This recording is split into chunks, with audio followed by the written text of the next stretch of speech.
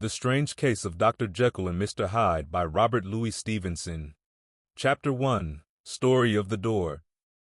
Mr. Utterson the lawyer was a man of a rugged countenance that was never lighted by a smile, cold, scanty and embarrassed in discourse, backward in sentiment, lean, long, dusty, dreary, and yet somehow lovable. At friendly meetings, and when the wine was to his taste, something eminently human beaconed from his eye, something indeed which never found its way into his talk, but which spoke not only in these silent symbols of the after-dinner face, but more often and loudly in the acts of his life. He was austere with himself, drank gin when he was alone, to mortify a taste for vintages, and though he enjoyed the theater, had not crossed the doors of one for 20 years. But he had an approved tolerance for others, sometimes wondering, almost with envy, at the high pressure of spirits involved in their misdeeds, and in any extremity inclined to help rather than to reprove. "I incline to Cain's heresy," he used to say quaintly. "I let my brother go to the devil in his own way." In this character, it was frequently his fortune to be the last reputable acquaintance and the last good influence in the lives of downgoing men. And to such as these, so long as they came about his chambers, he never marked a shade of change in his demeanor. No doubt the feat was easy to Mr. Utterson, for he was undemonstrative at the best, and even his friendship seemed to be founded in a similar catholicity of good nature. It is the mark of a modest man to accept his friendly circle ready-made from the hands of opportunity, and that was the lawyer's way. His friends were those of his own blood or those whom he had known the longest.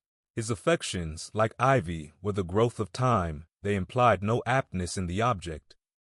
Hence no doubt the bond that united him to Mr. Richard Enfield, his distant kinsman, the well-known man about town. It was a nut to crack for many, what these two could see in each other, or what subject they could find in common. It was reported by those who encountered them in their Sunday walks, that they said nothing, looked singularly dull, and would hail with obvious relief the appearance of a friend. For all that, the two men put the greatest store by these excursions, counted them the chief jewel of each week, and not only set aside occasions of pleasure, but even resisted the calls of business, that they might enjoy them uninterrupted. It chanced on one of these rambles that their way led them down a by-street in a busy quarter of London.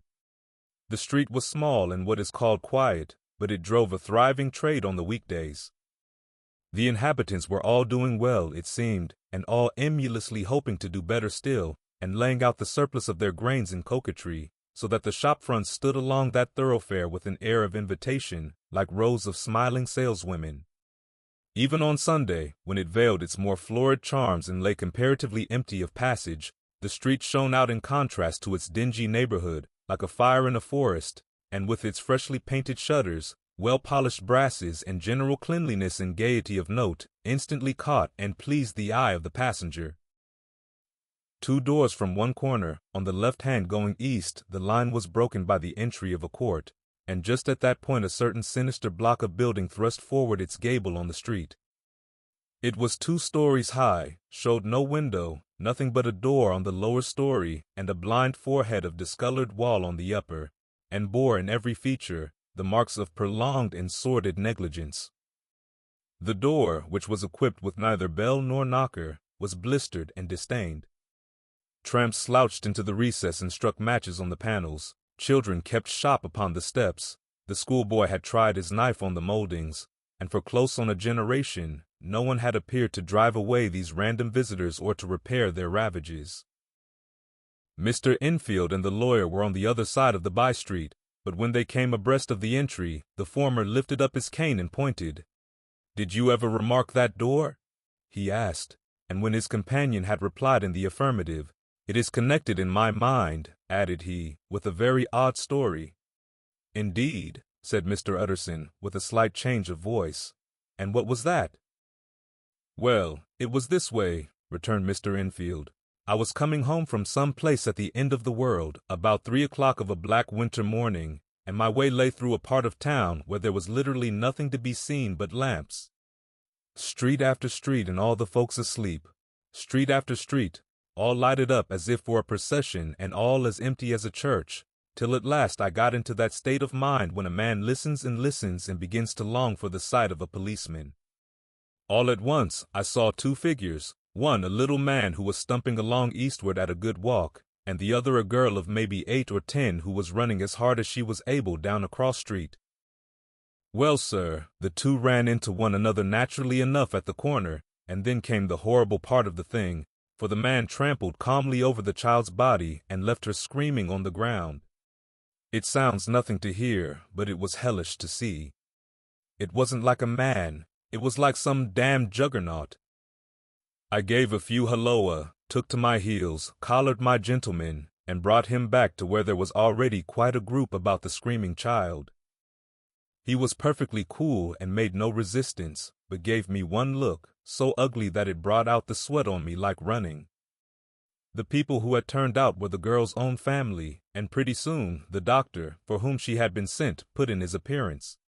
Well, the child was not much the worse, more frightened, according to the sawbones, and there you might have supposed would be an end to it. But there was one curious circumstance. I had taken a loathing to my gentleman at first sight, so had the child's family, which was only natural, but the doctor's case was what struck me. He was the usual cut-and-dry apothecary, of no particular age and color, with a strong Edinburgh accent and about as emotional as a bagpipe. Well, sir, he was like the rest of us. Every time he looked at my prisoner, I saw that Sawbones turn sick and white with the desire to kill him. I knew what was in his mind, just as he knew what was in mine, and killing being out of the question, we did the next best. We told the man we could and would make such a scandal out of this as should make his name stink from one end of London to the other. If he had any friends or any credit, we undertook that he should lose them. And all the time, as we were pitching it in red hot, we were keeping the women off him as best we could, for they were as wild as harpies. I never saw a circle of such hateful faces, and there was the man in the middle with a kind of black sneering coolness, frightened too, I could see that, but carrying it off, sir, really like Satan. If you choose to make capital out of this accident, said he, I am naturally helpless.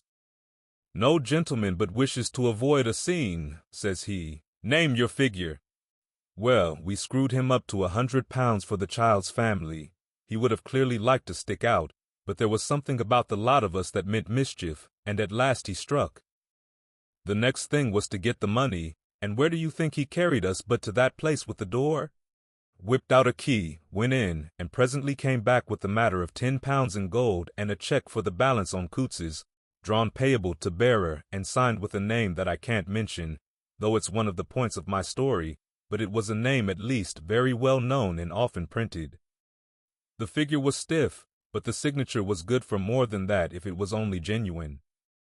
I took the liberty of pointing out to my gentleman that the whole business looked apocryphal, and that a man does not in real life walk into a cellar door at 4 a.m. and come out with another man's check for close upon £100. But he was quite easy and sneering. Set your mind at rest, says he. I will stay with you till the banks open and cash the check myself. So we all set off, the doctor and the child's father and our friend and myself, and passed the rest of the night in my chambers, and next day, when we had breakfasted, went in a body to the bank. I gave in the check myself, and said I had every reason to believe it was a forgery. Not a bit of it. The check was genuine.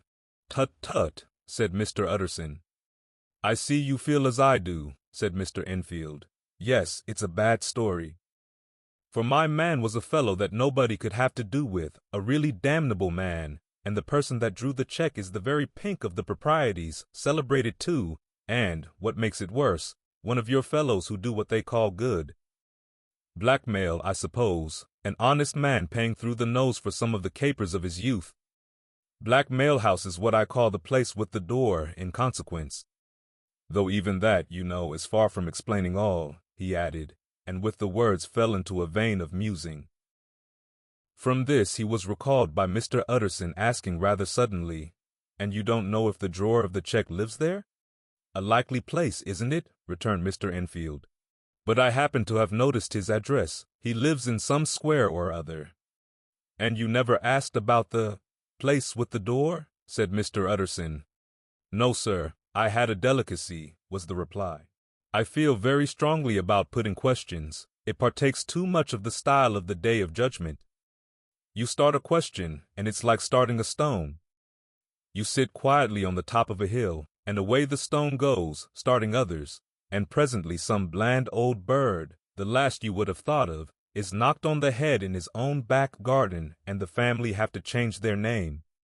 No, sir, I make it a rule of mine, the more it looks like Queer Street, the less I ask. A very good rule, too, said the lawyer. But I have studied the place for myself, continued Mr. Enfield. It seems scarcely a house. There is no other door, and nobody goes in or out of that one but, once in a great while, the gentleman of my adventure. There are 3 windows looking on the court on the first floor, none below. The windows are always shut, but they're clean. And then there is a chimney, which is generally smoking, so somebody must live there. And yet it's not so sure, for the buildings are so packed together about the court that it's hard to say where one ends and another begins. The pair walked on again for a while in silence, and then Enfield, said Mr. Utterson, that's a good rule of yours. Yes, I think it is, returned Enfield. But for all that, continued the lawyer, there's one point I want to ask.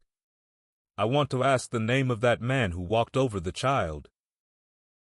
Well, said Mr. Enfield, I can't see what harm it would do. It was a man of the name of Hyde. Said Mr. Utterson. What sort of a man is he to see? He is not easy to describe. There is something wrong with his appearance, something displeasing, something downright detestable. I never saw a man I so disliked, and yet I scarce know why. He must be deformed somewhere. He gives a strong feeling of deformity, although I couldn't specify the point. He's an extraordinary-looking man, and yet I really can name nothing out of the way. No, sir, I can make no hand of it. I can't describe him. And it's not want of memory, for I declare I can see him this moment. Mr. Utterson again walked some way in silence and obviously under a weight of consideration. You are sure he used a key? He inquired at last. My dear sir, began Enfield, surprised out of himself. Yes, I know, said Utterson. I know it must seem strange. The fact is, if I do not ask you the name of the other party, it is because I know it already. You see, Richard, your tale has gone home. If you have been inexact in any point, you had better correct it. I think you might have warned me, returned the other with a touch of sullenness. But I have been pedantically exact, as you call it. The fellow had a key, and what's more, he has it still. I saw him use it not a week ago. Mr. Utterson sighed deeply but said never a word, and the young man presently resumed. Here is another lesson to say nothing, said he. I am ashamed of my long tongue. Let us make a bargain never to refer to this again. With all my heart, said the lawyer. I shake hands on that, Richard. Chapter 2. Search for Mr. Hyde. That evening Mr. Utterson came home to his bachelor house in somber spirits and sat down to dinner without relish. It was his custom of a Sunday, when this meal was over, to sit close by the fire, a volume of some dry divinity on his reading desk, until the clock of the neighboring church rang out the hour of 12, when he would go soberly and gratefully to bed. On this night, however, as soon as the cloth was taken away, he took up a candle and went into his business room. There he opened his safe, took from the most private part of it a document endorsed on the envelope as Dr. Jekyll's will, and sat down with a clouded brow to study its contents. The will was holograph, for Mr. Utterson, though he took charge of it now that it was made, had refused to lend the least assistance in the making of it.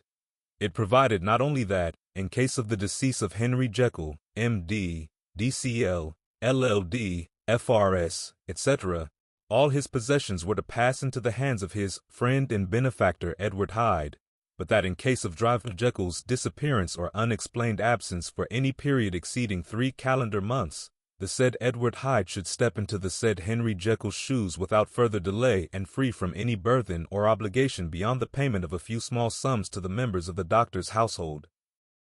This document had long been the lawyer's eyesore. It offended him both as a lawyer and as a lover of the sane and customary sides of life, to whom the fanciful was the immodest. And hitherto it was his ignorance of Mr. Hyde that had swelled his indignation. Now, by a sudden turn, it was his knowledge. It was already bad enough when the name was but a name of which he could learn no more.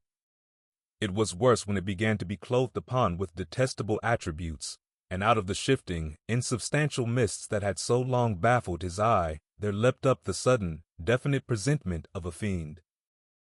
"I thought it was madness," he said, as he replaced the obnoxious paper in the safe, "and now I begin to fear it is disgrace." With that he blew out his candle, put on a greatcoat, and set forth in the direction of Cavendish Square, that citadel of medicine, where his friend, the great Dr. Lanyon, had his house and received his crowding patients. If anyone knows, it will be Lanyon, he had thought. The solemn butler knew and welcomed him. He was subjected to no stage of delay, but ushered direct from the door to the dining room where Drive Lanyon sat alone over his wine. This was a hearty, healthy, dapper, red-faced gentleman, with a shock of hair prematurely white, and a boisterous and decided manner. At sight of Mr. Utterson, he sprang up from his chair and welcomed him with both hands. The geniality, as was the way of the man, was somewhat theatrical to the eye, but it reposed on genuine feeling. For these two were old friends, old mates both at school and college, both thorough respecters of themselves and of each other, and what does not always follow, men who thoroughly enjoyed each other's company. After a little rambling talk, the lawyer led up to the subject which so disagreeably preoccupied his mind. "I suppose, Lanyon," said he, "you and I must be the two oldest friends that Henry Jekyll has." "I wish the friends were younger," chuckled Dr. Lanyon, "but I suppose we are, and what of that? I see little of him now." "Indeed," said Utterson. "I thought you had a bond of common interest." "We had," was the reply. "But it is more than 10 years since Henry Jekyll became too fanciful for me. He began to go wrong in mind, and though of course I continue to take an interest in him for old sake's sake, as they say, I see and I have seen devilish little of the man." "Such unscientific balderdash," added the doctor, flushing suddenly purple, "would have estranged Damon and Pythias." This little spirit of temper was somewhat of a relief to Mr. Utterson. They have only differed on some point of science, he thought, and being a man of no scientific passions, except in the matter of conveyancing, he even added, "It is nothing worse than that." He gave his friend a few seconds to recover his composure, and then approached the question he had come to put. "Did you ever come across protégé of his, one Hyde?" he asked. "Hyde?" repeated Lanyon. "No, never heard of him, since my time." That was the amount of information that the lawyer carried back with him to the great dark bed on which he tossed to and fro until the small hours of the morning began to grow large. It was a night of little ease to his toiling mind, toiling in mere darkness and besieged by questions.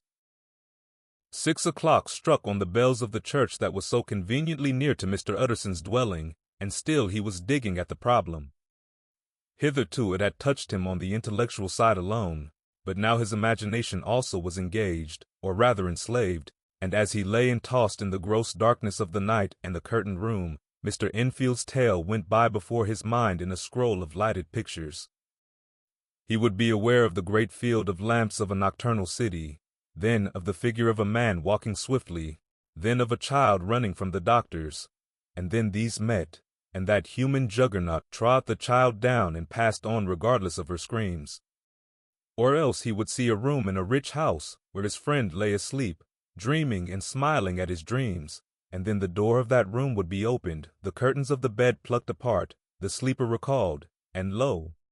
there would stand by his side a figure to whom power was given, and even at that dead hour he must rise and do its bidding. The figure in these two phases haunted the lawyer all night, and if at any time he dozed over, it was but to see it glide more stealthily through sleeping houses, or move the more swiftly and still the more swiftly, even to dizziness, through wider labyrinths of lamp-lighted city, and at every street corner crush a child and leave her screaming. And still the figure had no face by which he might know it. Even in his dreams it had no face, or one that baffled him and melted before his eyes, and thus it was that there sprang up and grew apace in the lawyer's mind a singularly strong, almost an inordinate, curiosity to behold the features of the real Mr. Hyde. If he could but once set eyes on him, he thought the mystery would lighten and perhaps roll altogether away, as was the habit of mysterious things when well examined. He might see a reason for his friend's strange preference or bondage, call it which you please, and even for the startling clause of the will. At least it would be a face worth seeing, the face of a man who was without bowels of mercy, a face which had but to show itself to raise up in the mind of the unimpressionable Enfield a spirit of enduring hatred. From that time forward, Mr. Utterson began to haunt the door in the by-street of shops. In the morning before office hours, at noon when business was plenty and time scarce, at night under the face of the fogged city moon, by all lights and at all hours of solitude or concourse, the lawyer was to be found on his chosen post. If he be Mr. Hyde, he had thought, I shall be Mr. Seek. And at last his patience was rewarded. It was a fine dry night, frost in the air, the streets as clean as a ballroom floor, the lamps, unshaken by any wind, drawing a regular pattern of light and shadow. By 10 o'clock, when the shops were closed, the by-street was very solitary, and, in spite of the low growl of London from all round, very silent. Small sounds carried far, domestic sounds out of the houses were clearly audible on either side of the roadway, and the rumor of the approach of any passenger preceded him by a long time. Mr. Utterson had been some minutes at his post when he was aware of an odd light footstep drawing near. In the course of his nightly patrols, he had long grown accustomed to the quaint effect with which the footfalls of a single person, while he is still a great way off, suddenly spring out distinct from the vast hum and clatter of the city. Yet his attention had never before been so sharply and decisively arrested, and it was with a strong superstitious prevision of success that he withdrew into the entry of the court. The steps drew swiftly nearer and swelled out suddenly louder as they turned the end of the street. The lawyer, looking forth from the entry, could soon see what manner of man he had to deal with. He was small and very plainly dressed, and the look of him, even at that distance, went somehow strongly against the watcher's inclination. But he made straight for the door, crossing the roadway to save time, and as he came, he drew a key from his pocket like one approaching home. Mr. Utterson stepped out and touched him on the shoulder as he passed. "Mr. Hyde, I think." Mr. Hyde shrank back with a hissing intake of the breath. But his fear was only momentary, and though he did not look the lawyer in the face, he answered coolly enough, "That is my name. What do you want?" "I see you are going in," returned the lawyer. "I am an old friend of Dr. Jekyll's, Mr. Utterson of Gaunt Street. You must have heard of my name, and meeting you so conveniently, I thought you might admit me." "You will not find Dr. Jekyll. He is from home," replied Mr. Hyde, blowing in the key. And then suddenly, but still without looking up, "How did you know me?" he asked. "On your side," said Mr. Utterson. "Will you do me a favor?" "With pleasure," replied the other. "What shall it be?" "Will you let me see your face?" asked the lawyer.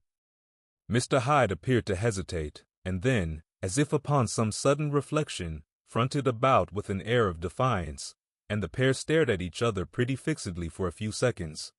"Now I shall know you again," said Mr. Utterson. "It may be useful." "Yes," returned Mr. Hyde, "it is as well we have met, and __ you should have my address." And he gave a number of a street in Soho. "Good God!" thought Mr. Utterson, "can he too have been thinking of the will?" But he kept his feelings to himself, and only grunted in acknowledgment of the address. "And now," said the other, "how did you know me?" "By description," was the reply. "Whose description?" "We have common friends," said Mr. Utterson. "Common friends," echoed Mr. Hyde, a little hoarsely. "Who are they?" "Jekyll, for instance," said the lawyer. "He never told you," cried Mr. Hyde, with a flush of anger. "I did not think you would have lied." "Come," said Mr. Utterson, "that is not fitting language." The other snarled aloud into a savage laugh, and the next moment, with extraordinary quickness, he had unlocked the door and disappeared into the house. The lawyer stood a while when Mr. Hyde had left him, the picture of disquietude. Then he began slowly to mount the street, pausing every step or two and putting his hand to his brow like a man in mental perplexity. The problem he was thus debating as he walked was one of a class that is rarely solved. Mr. Hyde was pale and dwarfish, He gave an impression of deformity without any nameable malformation. He had a displeasing smile. He had borne himself to the lawyer with a sort of murderous mixture of timidity and boldness, and he spoke with a husky, whispering and somewhat broken voice. All these were points against him, but not all of these together could explain the hitherto unknown disgust, loathing, and fear with which Mr. Utterson regarded him. "There must be something else," said the perplexed gentleman. "There is something more, if I could find a name for it. God bless me, the man seems hardly human. Something troglodytic, shall we say? Or can it be the old story of Dr. Fell? Or is it the mere radiance of a foul soul that thus transpires through and transfigures its clay continent? The last, I think, for, oh, my poor old Harry Jekyll, if ever I read Satan's signature upon a face, it is on that of your new friend." Round the corner from the by-street there was a square of ancient handsome houses, now for the most part decayed from their high estate and let in flats and chambers to all sorts and conditions of men, map engravers, architects, shady lawyers, and the agents of obscure enterprises. One house, however, second from the corner, was still occupied entire, and at the door of this, which wore a great air of wealth and comfort, though it was now plunged in darkness except for the fanlight, Mr. Utterson stopped and knocked. A well-dressed elderly servant opened the door. "Is Dr. Jekyll at home, Poole?" asked the lawyer. "I will see Mr. Utterson," said Poole, admitting the visitor as he spoke, into a large, low-roofed, comfortable hall paved with flags, warmed, after the fashion of a country house, by a bright, open fire, and furnished with costly cabinets of oak. "Will you wait here by the fire, sir, or shall I give you a light in the dining-room?" "Here, thank you," said the lawyer, and he drew near and leaned on the tall fender. This hall, in which he was now left alone, was a pet fancy of his friend the doctor's, and Utterson himself was wont to speak of it as the pleasantest room in London. But tonight there was a shudder in his blood. The face of Hyde sat heavy on his memory. He felt, what was rare with him, a nausea and distaste of life, and in the gloom of his spirits he seemed to read a menace in the flickering of the firelight on the polished cabinets and the uneasy starting of the shadow on the roof. He was ashamed of his relief when Poole presently returned to announce that Dr. Jekyll was gone out. "I saw Mr. Hyde go in by the old dissecting-room, Poole," he said. "Is that right, when Dr. Jekyll is from home?" "Quite right, Mr. Utterson, sir," replied the servant. "Mr. Hyde has a key." "Your master seems to repose a great deal of trust in that young man, Poole," resumed the other musingly. "Yes, sir, he does indeed," said Poole. "We have all orders to obey him." "I do not think I ever met Mr. Hyde," asked Utterson. "Oh dear, no, sir." "He never dines here," replied the butler. "Indeed, we see very little of him on this side of the house. He mostly comes and goes by the laboratory. Well, good night, Poole."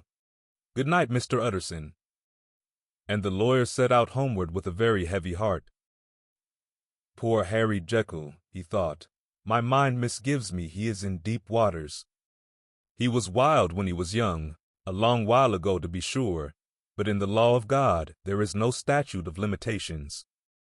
It must be that, the ghost of some old sin, the cancer of some concealed disgrace, punishment coming years after memory has forgotten and self-love condoned the fault." And the lawyer, scared by the thought, brooded a while on his own past, groping in all the corners of memory, lest by chance some jack-in-the-box of an old iniquity should leap to light there. His past was fairly blameless. Few men could read the roles of their life with less apprehension, yet he was humbled to the dust by the many ill things he had done, and raised up again into a sober and fearful gratitude by the many he had come so near to doing yet avoided. And then by a return on his former subject, he conceived a spark of hope. This Master Hyde, if he were studied, thought he, must have secrets of his own, black secrets by the look of him, secrets compared to which poor Jekyll's worst would be like sunshine. Things cannot continue as they are. It turns me cold to think of this creature stealing like a thief to Harry's bedside. Poor Harry, what awakening! And the danger of it, for if this Hyde suspects the existence of the will, he may grow impatient to inherit. I must put my shoulders to the wheel, if Jekyll will but let me, he added, if Jekyll will only let me. For once more he saw before his mind's eye, as clear as transparency, the strange clauses of the will. Chapter 3. Dr. Jekyll was quite at ease. A fortnight later, by excellent good fortune, the doctor gave one of his pleasant dinners to some 5 or 6 old cronies, all intelligent, reputable men, and all judges of good wine, and Mr. Utterson so contrived that he remained behind after the others had departed. This was no new arrangement, but a thing that had befallen many scores of times. Where Utterson was liked, he was liked well. Hosts loved to detain the dry lawyer when the light-hearted and loose-tongued had already their foot on the threshold.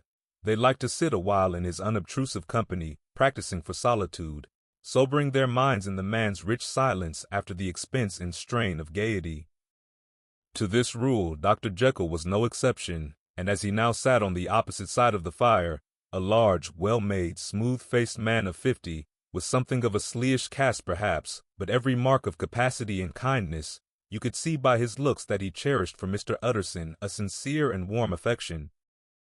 "I have been wanting to speak to you, Jekyll," began the latter. "You know that will of yours?" A close observer might have gathered that the topic was distasteful, but the doctor carried it off gaily. "My poor Utterson," said he, "you are unfortunate in such a client. I never saw a man so distressed as you were by my will, unless it were that hide-bound pedant, Lanyon, at what he called my scientific heresies. Oh, I know he's a good fellow, you needn't frown, an excellent fellow, and I always mean to see more of him, but a hide-bound pedant for all that, an ignorant, blatant pedant. I was never more disappointed in any man than Lanyon." "You know I never approved of it," pursued Utterson, ruthlessly disregarding the fresh topic. "My will? Yes, certainly, I know that," said the doctor a trifle sharply. "You have told me so." "Well, I tell you so again," continued the lawyer. "I have been learning something of young Hyde." The large, handsome face of Dr. Jekyll grew pale to the very lips, and there came a blackness about his eyes. "I do not care to hear more," said he. "This is a matter I thought we had agreed to drop." "What I heard was abominable," said Utterson. "It can make no change." "You do not understand my position," returned the doctor, with a certain incoherency of manner. "I am painfully situated, Utterson. My position is a very strange one. It is one of those affairs that cannot be mended by talking." "Jekyll," said Utterson, "you know me. I am a man to be trusted. Make a clean breast of this in confidence, and I make no doubt I can get you out of it." "My good Utterson," said the doctor, "this is very good of you. This is downright good of you, and I cannot find words to thank you in. I believe you fully. I would trust you before any man alive, before myself, if I could make the choice. But indeed it isn't what you fancy. It is not as bad as that. And just to put your good heart at rest, I will tell you one thing. The moment I choose, I can be rid of Mr. Hyde. I give you my hand upon that, and I thank you again and again. And I will just add one little word, Utterson, that I'm sure you'll take in good part. This is a private matter, and I beg of you to let it sleep." Utterson reflected a little, looking in the fire. "I have no doubt you are perfectly right," he said at last, getting to his feet. "Well, but since we have touched upon this business, and for the last time I hope," continued the doctor, "there is one point I should like you to understand. I have really a very great interest in poor Hyde. I know you have seen him, he told me so, and I fear he was rude. But I do sincerely take a very great interest in that young man, and if I am taken away, Utterson, I wish you to promise me that you will bear with him and get his rights for him. I think you would if you knew all, and it would be a weight off my mind if you would promise." "I can't pretend that I shall ever like him," said the lawyer. "I don't ask that," pleaded Jekyll, laying his hand upon the other's arm. "I only ask for justice. I only ask you to help him for my sake when I am no longer here." Utterson heaved an irrepressible sigh. "Well," said he, "I promise." Chapter 4. The Carew Murder Case. Nearly a year later, in the month of October, 18, London was startled by a crime of singular ferocity and rendered all the more notable by the high position of the victim. The details were few and startling. A maidservant living alone in a house not far from the river had gone upstairs to bed about 11. Although a fog rolled over the city in the small hours, the early part of the night was cloudless, and the lane which the maid's window overlooked was brilliantly lit by the full moon. It seemed she was romantically given, for she sat down upon her box, which stood immediately under the window, and fell into a dream of musing. Never, she used to say with streaming tears, when she narrated that experience, never had she felt more at peace with all men or thought more kindly of the world. And as she so sat, she became aware of an aged, beautiful gentleman with white hair, drawing near along the lane, and advancing to meet him, another and very small gentleman, to whom at first she paid less attention. When they had come within speech, which was just under the maid's eyes, the older man bowed and accosted the other with a very pretty manner of politeness. It did not seem as if the subject of his address were of great importance. Indeed, from his pointing, it sometimes appeared as if he were only inquiring his way, but the moon shone on his face as he spoke, and the girl was pleased to watch it. It seemed to breathe such an innocent and old-world kindness of disposition, yet with something high too, as of a well-founded self-content. Presently her eye wandered to the other, and she was surprised to recognize in him a certain Mr. Hyde, who had once visited her master, and for whom she had conceived a dislike. He had in his hand a heavy cane, with which he was trifling, but he answered never a word, and seemed to listen with an ill-contained impatience. And then, all of a sudden, he broke out in a great flame of anger, stamping with his foot, brandishing the cane, and carrying on, as the maid described it, like a madman. The old gentleman took a step back, with the air of one very much surprised and a trifle hurt, and at that Mr. Hyde broke out of all bounds and clubbed him to the earth. And next moment, with ape-like fury, he was trampling his victim underfoot and hailing down a storm of blows, under which the bones were audibly shattered and the body jumped upon the roadway. At the horror of these sights and sounds, the maid fainted. It was 2 o'clock when she came to herself and called for the police. The murderer was gone long ago, but there lay his victim in the middle of the lane, incredibly mangled. The stick with which the deed had been done, although it was of some rare and very tough and heavy wood, had broken in the middle under the stress of this insensate cruelty, and one splintered half had rolled in the neighboring gutter. The other, without doubt, had been carried away by the murderer. A purse and gold watch were found upon the victim, but no cards or papers, except a sealed and stamped envelope, which he had been probably carrying to the post, and which bore the name and address of Mr. Utterson. This was brought to the lawyer the next morning, before he was out of bed, and he had no sooner seen it and been told the circumstances than he shot out a solemn lip. "I shall say nothing till I have seen the body," said he. "This may be very serious. Have the kindness to wait while I dress." And with the same grave countenance he hurried through his breakfast and drove to the police station, whither the body had been carried. As soon as he came into the cell he nodded. "Yes," said he, "I recognize him. I am sorry to say that this is Sir Danvers Carew." "Good God, sir!" exclaimed the officer. "Is it possible?" And the next moment his eye lighted up with professional ambition. "This will make a deal of noise," he said, "and perhaps you can help us to the man." And he briefly narrated what the maid had seen, and showed the broken stick. Mr. Utterson had already quailed at the name of Hyde, but when the stick was laid before him, he could doubt no longer. Broken and battered as it was, he recognized it for one that he had himself presented many years before to Henry Jekyll. "Is this Mr. Hyde a person of small stature?" he inquired. "Particularly small and particularly wicked-looking is what the maid calls him," said the officer. Mr. Utterson reflected, and then, raising his head, "If you will come with me in my cab," he said, "I think I can take you to his house." It was by this time about 9 in the morning, and the first fog of the season. A great chocolate-colored pall lowered over heaven, but the wind was continually charging and routing these embattled vapors, so that as the cab crawled from street to street, Mr. Utterson beheld a marvelous number of degrees and hues of twilight, for here it would be dark like the back end of evening, and there would be a glow of a rich, lurid brown, like the light of some strange conflagration, and here, for a moment, the fog would be quite broken up, and a haggard shaft of daylight would glance in between the swirling wreaths.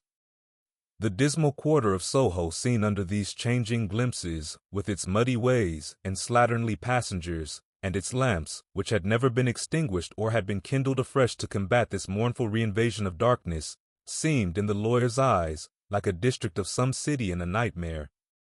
The thoughts of his mind, besides, were of the gloomiest dye, and when he glanced at the companion of his drive, he was conscious of some touch of that terror of the law and the law's officers, which may at times assail the most honest.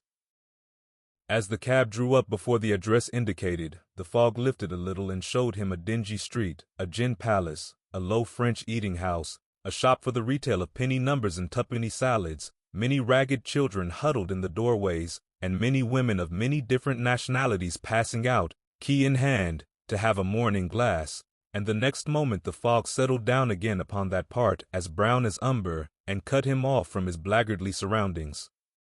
This was the home of Henry Jekyll's favorite, of a man who was heir to £250,000 sterling. An ivory-faced and silvery-haired old woman opened the door. She had an evil face, smoothed by hypocrisy, but her manners were excellent. Yes, she said, this was Mr. Hyde's, but he was not at home. He had been in that night very late, but he had gone away again in less than an hour. There was nothing strange in that. His habits were very irregular, and he was often absent. For instance, it was nearly 2 months since she had seen him till yesterday. Very well, then, we wished to see his rooms, said the lawyer, and when the woman began to declare it was impossible, I had better tell you who this person is, he added. This is Inspector Newcomen of Scotland Yard. A flash of odious joy appeared upon the woman's face. Ah, said she, he is in trouble. What has he done? Mr. Utterson and the inspector exchanged glances. He don't seem a very popular character, observed the latter. And now, my good woman, just let me and this gentleman have a look about us. In the whole extent of the house, which but for the old woman remained otherwise empty, Mr. Hyde had only used a couple of rooms, but these were furnished with luxury and good taste.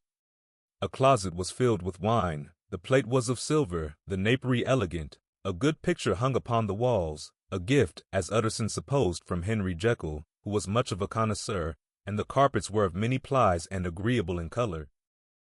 At this moment, however, the rooms bore every mark of having been recently and hurriedly ransacked.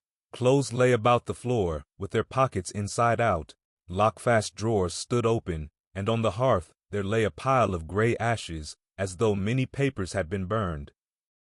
From these embers the inspector disinterred the butt end of a green check-book, which had resisted the action of the fire.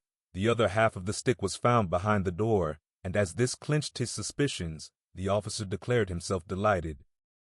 A visit to the bank, where several £1,000s were found to be lying to the murderer's credit, completed his gratification. You may depend upon it, sir, he told Mr. Utterson. I have him in my hand. He must have lost his head, or he never would have left the stick or, above all, burned the check-book. Why, money's life to the man. We have nothing to do but wait for him at the bank and get out the handbills. This last, however, was not so easy of accomplishment, for Mr. Hyde had numbered few familiars. Even the master of the servant-maid had only seen him twice. His family could nowhere be traced. He had never been photographed, and the few who could describe him differed widely, as common observers will. Only on one point were they agreed, and that was the haunting sense of unexpressed deformity with which the fugitive impressed his beholders. Chapter 5. Incident of the Letter. It was late in the afternoon when Mr. Utterson found his way to Drive Jekyll's door, where he was at once admitted by Poole and carried down by the kitchen offices and across a yard which had once been a garden to the building which was indifferently known as the laboratory or dissecting rooms.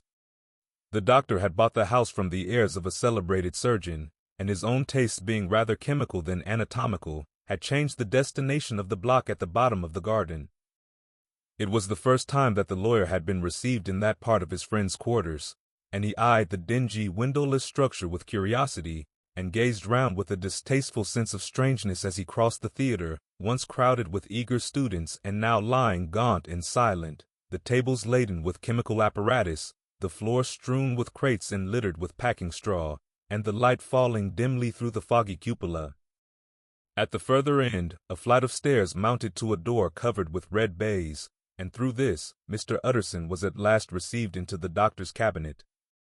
It was a large room fitted round with glass presses, furnished, among other things, with a cheval glass and a business table, and looking out upon the court by 3 dusty windows barred with iron.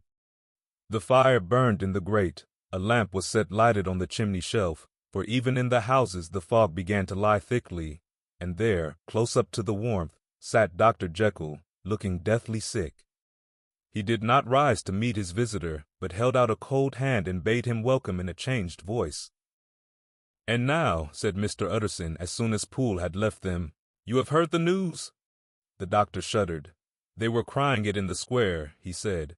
"I heard them in my dining room." "One word," said the lawyer. "Carew was my client, but so are you, and I want to know what I am doing. You have not been mad enough to hide this fellow?" "Utterson, I swear to God," cried the doctor, "I swear to God I will never set eyes on him again. I bind my honor to you that I am done with him in this world. It is all at an end. And indeed he does not want my help. You do not know him as I do. He is safe. He is quite safe. Mark my words, he will never more be heard of." The lawyer listened gloomily. He did not like his friend's feverish manner. "You seem pretty sure of him," said he, "and for your sake, I hope you may be right.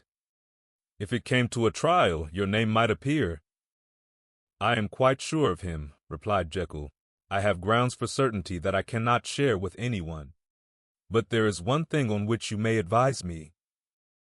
I have received a letter, and I am at a loss whether I should show it to the police." "I should like to leave it in your hands, Utterson. You would judge wisely, I am sure. I have so great a trust in you." "You fear, I suppose, that it might lead to his detection?" asked the lawyer. "No," said the other. "I cannot say that I care what becomes of Hyde. I am quite done with him. I was thinking of my own character, which this hateful business has rather exposed." Utterson ruminated a while. He was surprised at his friend's selfishness, and yet relieved by it. "Well," said he at last, "let me see the letter."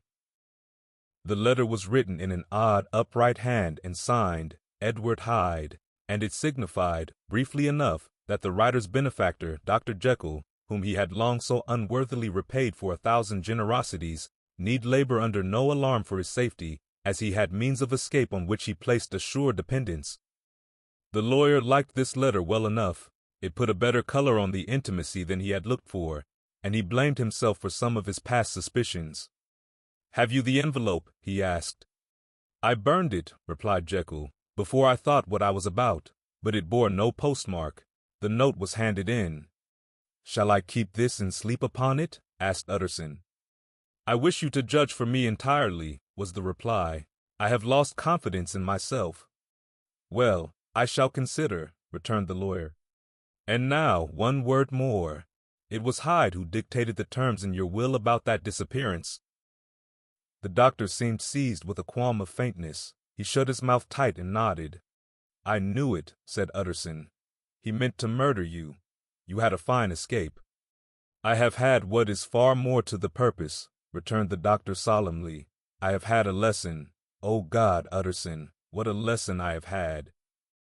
And he covered his face for a moment with his hands. On his way out, the lawyer stopped and had a word or two with Poole. "By the by," said he, "there was a letter handed in today. What was the messenger like?"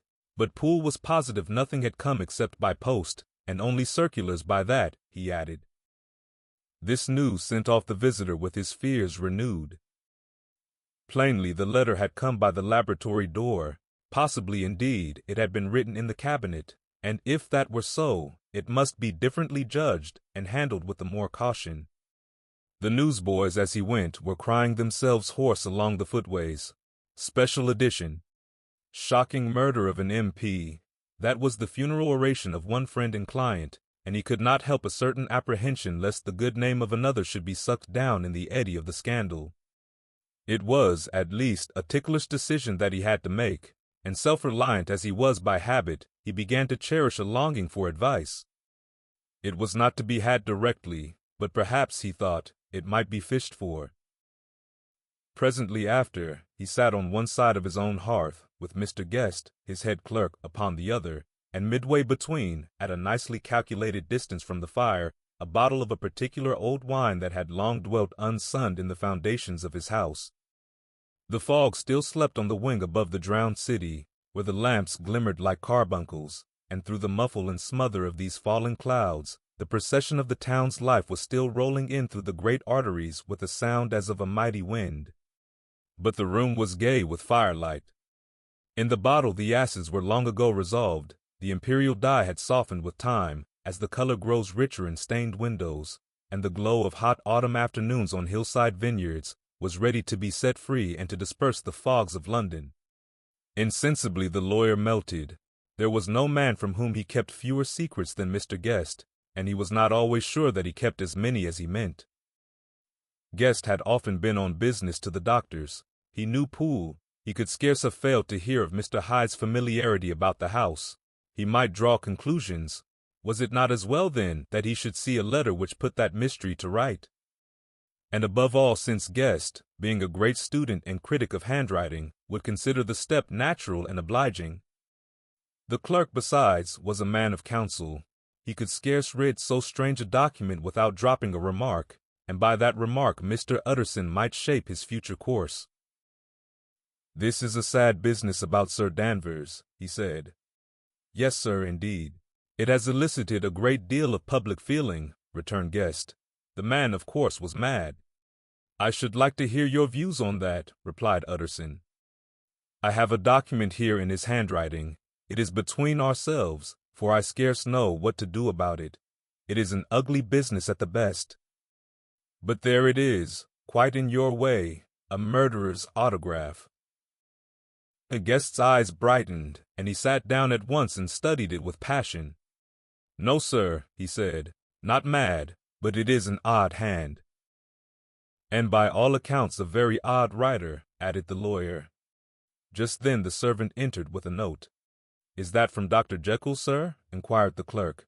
"I thought I knew the writing. Anything private, Mr. Utterson?" "Only an invitation to dinner. Why, do you want to see it?" "One moment, I thank you, sir," and the clerk laid the 2 sheets of paper alongside and sedulously compared their contents. "Thank you, sir," he said at last, returning both. "It's a very interesting autograph." There was a pause, during which Mr. Utterson struggled with himself. "Why did you compare them, Guest?" he inquired suddenly. "Well, sir," returned the clerk, "there's a rather singular resemblance. The 2 hands are in many points identical, only differently sloped." "Rather quaint," said Utterson. "It is, as you say, rather quaint," returned Guest. "I wouldn't speak of this note, you know," said the master. "No, sir," said the clerk, "I understand." But no sooner was Mr. Utterson alone that night than he locked the note into his safe, where it reposed from that time forward. "What?" he thought. "Henry Jekyll forged for a murderer," and his blood ran cold in his veins. Chapter 6. Incident of the Dr. Lanyon. Time ran on. Thousands of pounds were offered in reward, for the death of Sir Danvers was resented as a public injury, but Mr. Hyde had disappeared out of the ken of the police as though he had never existed. Much of his past was unearthed, indeed, and all disreputable. Tales came out of the man's cruelty, at once so callous and violent, of his vile life, of his strange associates, of the hatred that seemed to have surrounded his career, but of his present whereabouts, not a whisper. From the time he had left the house in Soho on the morning of the murder, he was simply blotted out, and gradually, as time drew on, Mr. Utterson began to recover from the hotness of his alarm, and to grow more at quiet with himself. The death of Sir Danvers was, to his way of thinking, more than paid for by the disappearance of Mr. Hyde. Now that that evil influence had been withdrawn, a new life began for Dr. Jekyll. He came out of his seclusion, renewed relations with his friends, became once more their familiar guest and entertainer, and whilst he had always been known for charities, he was now no less distinguished for religion. He was busy, he was much in the open air, he did good. His face seemed to open and brighten, as if with an inward consciousness of service, and for more than 2 months the doctor was at peace. On the 8th of January, Utterson had dined at the doctor's with a small party. Lanyon had been there, and the face of the host had looked from one to the other as in the old days when the trio were inseparable friends. On the 12th, and again on the 14th, the door was shut against the lawyer. The doctor was confined to the house, Poole said, and saw no one. On the 15th he tried again and was again refused, and having now been used for the last 2 months to see his friend almost daily, he found this return of solitude to weigh upon his spirits. The 5th night he had in guests to dine with him, and the 6th he betook himself to Dr. Lanyon's. There at least he was not denied admittance, but when he came in, he was shocked at the change which had taken place in the doctor's appearance. He had his death warrant written legibly upon his face. The rosy man had grown pale, his flesh had fallen away, he was visibly balder and older, and yet it was not so much these tokens of a swift physical decay that arrested the lawyer's notice, as a look in the eye and quality of manner that seemed to testify to some deep-seated terror of the mind. It was unlikely that the doctor should fear death, and yet that was what Utterson was tempted to suspect. Yes, he thought, he is a doctor, he must know his own state and that his days are counted, and the knowledge is more than he can bear. And yet when Utterson remarked on his ill looks, it was with an air of great firmness that Lanyon declared himself a doomed man. "I have had a shock," he said, "and I shall never recover. It is a question of weeks. Well, life has been pleasant. I liked it. Yes, sir, I used to like it. I sometimes think if we knew all, we should be more glad to get away." "Jekyll is ill, too," observed Utterson. "Have you seen him?" But Lanyon's face changed, and he held up a trembling hand. "I wish to see or hear no more of Dr. Jekyll," he said in a loud, unsteady voice. "I am quite done with that person, and I beg that you will spare me any allusion to one whom I regard as dead." "Tut, tut," said Mr. Utterson, and then, after a considerable pause, "Can't I do anything?" he inquired. "We are 3 very old friends, Lanyon. We shall not live to make others." "Nothing can be done," returned Lanyon. "Ask himself." "He will not see me," said the lawyer. "I am not surprised at that," was the reply. "Some day, Utterson, after I am dead, you may perhaps come to learn the right and wrong of this. I cannot tell you. And in the meantime, if you can sit and talk with me of other things, for God's sake, stay and do so. But if you cannot keep clear of this accursed topic, then in God's name, go, for I cannot bear it." As soon as he got home, Utterson sat down and wrote to Jekyll, complaining of his exclusion from the house, and asking the cause of this unhappy break with Lanyon, and the next day brought him a long answer, often very pathetically worded, and sometimes darkly mysterious in drift. The quarrel with Lanyon was incurable. "I do not blame our old friend," Jekyll wrote, "but I share his view that we must never meet. I mean from henceforth to lead a life of extreme seclusion. You must not be surprised, nor must you doubt my friendship, if my door is often shut even to you. You must suffer me to go my own dark way. I have brought on myself a punishment and a danger that I cannot name. If I am the chief of sinners, I am the chief of sufferers also. I could not think that this earth contained a place for sufferings and terrors so unmanning, and you can do but one thing, Utterson, to lighten this destiny, and that is to respect my silence." Utterson was amazed. The dark influence of Hyde had been withdrawn. The doctor had returned to his old tasks and amities. A week ago, the prospect had smiled with every promise of a cheerful and an honored age, and now in a moment friendship and peace of mind, and the whole tenor of his life were wrecked. So great and unprepared a change pointed to madness, but in view of Lanyon's manner and words, there must lie for it some deeper ground. A week afterwards Dr. Lanyon took to his bed, and in something less than a fortnight he was dead.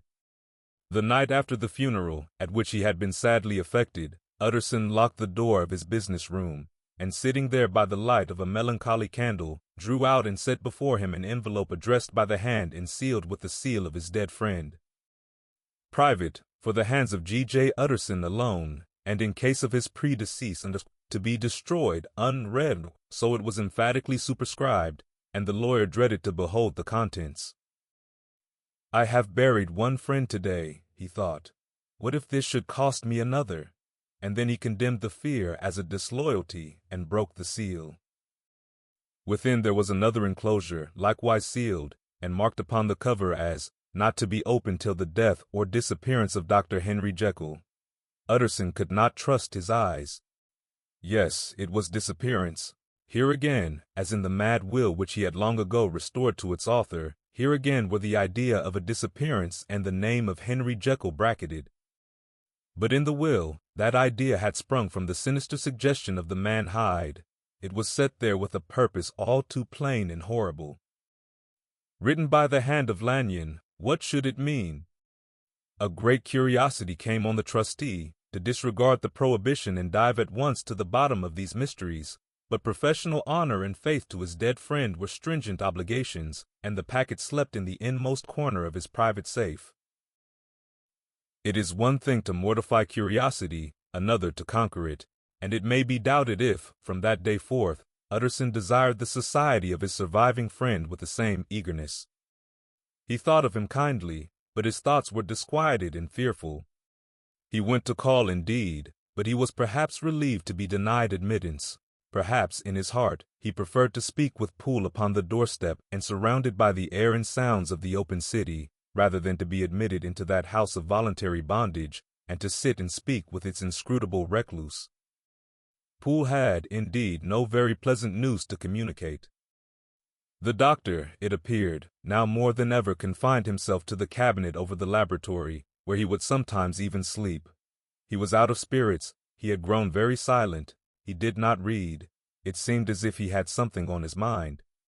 Utterson became so used to the unvarying character of these reports that he fell off little by little in the frequency of his visits. Chapter 7. Incident at the Window. It chanced on Sunday, when Mr. Utterson was on his usual walk with Mr. Enfield, that their way lay once again through the by-street, and that when they came in front of the door, both stopped to gaze on it. Well, said Enfield, that story's at an end at least. We shall never see more of Mr. Hyde. I hope not, said Utterson. Did I ever tell you that I once saw him and shared your feeling of repulsion? It was impossible to do the one without the other, returned Enfield. And by the way, what an ass you must have thought me, not to know that this was a back way to Dr. Jekyll's. It was partly your own fault that I found it out, even when I did. So you found it out, did you? Said Utterson. But if that be so, we may step into the court and take a look at the windows. To tell you the truth, I am uneasy about poor Jekyll, and even outside, I feel as if the presence of a friend might do him good. The court was very cool and a little damp, and full of premature twilight, although the sky, high up overhead, was still bright with sunset. The middle one of the three windows was halfway open, and sitting close beside it, taking the air with an infinite sadness of mien, like some disconsolate prisoner, Utterson saw Dr. Jekyll. What, Jekyll? He cried. I trust you are better. I am very low, Utterson, replied the doctor drearily. Very low.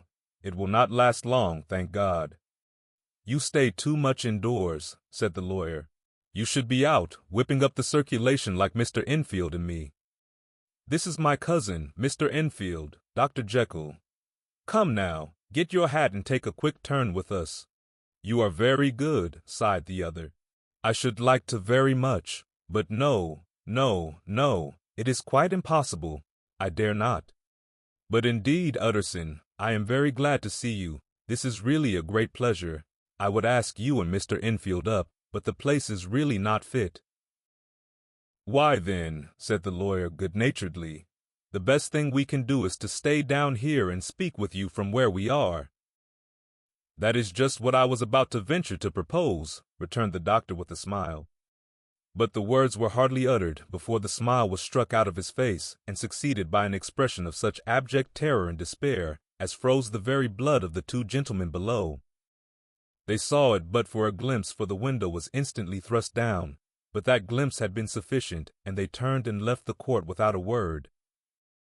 In silence, too, they traversed the by-street, and it was not until they had come into a neighboring thoroughfare, where even upon a Sunday there were still some stirrings of life, that Mr. Utterson at last turned and looked at his companion.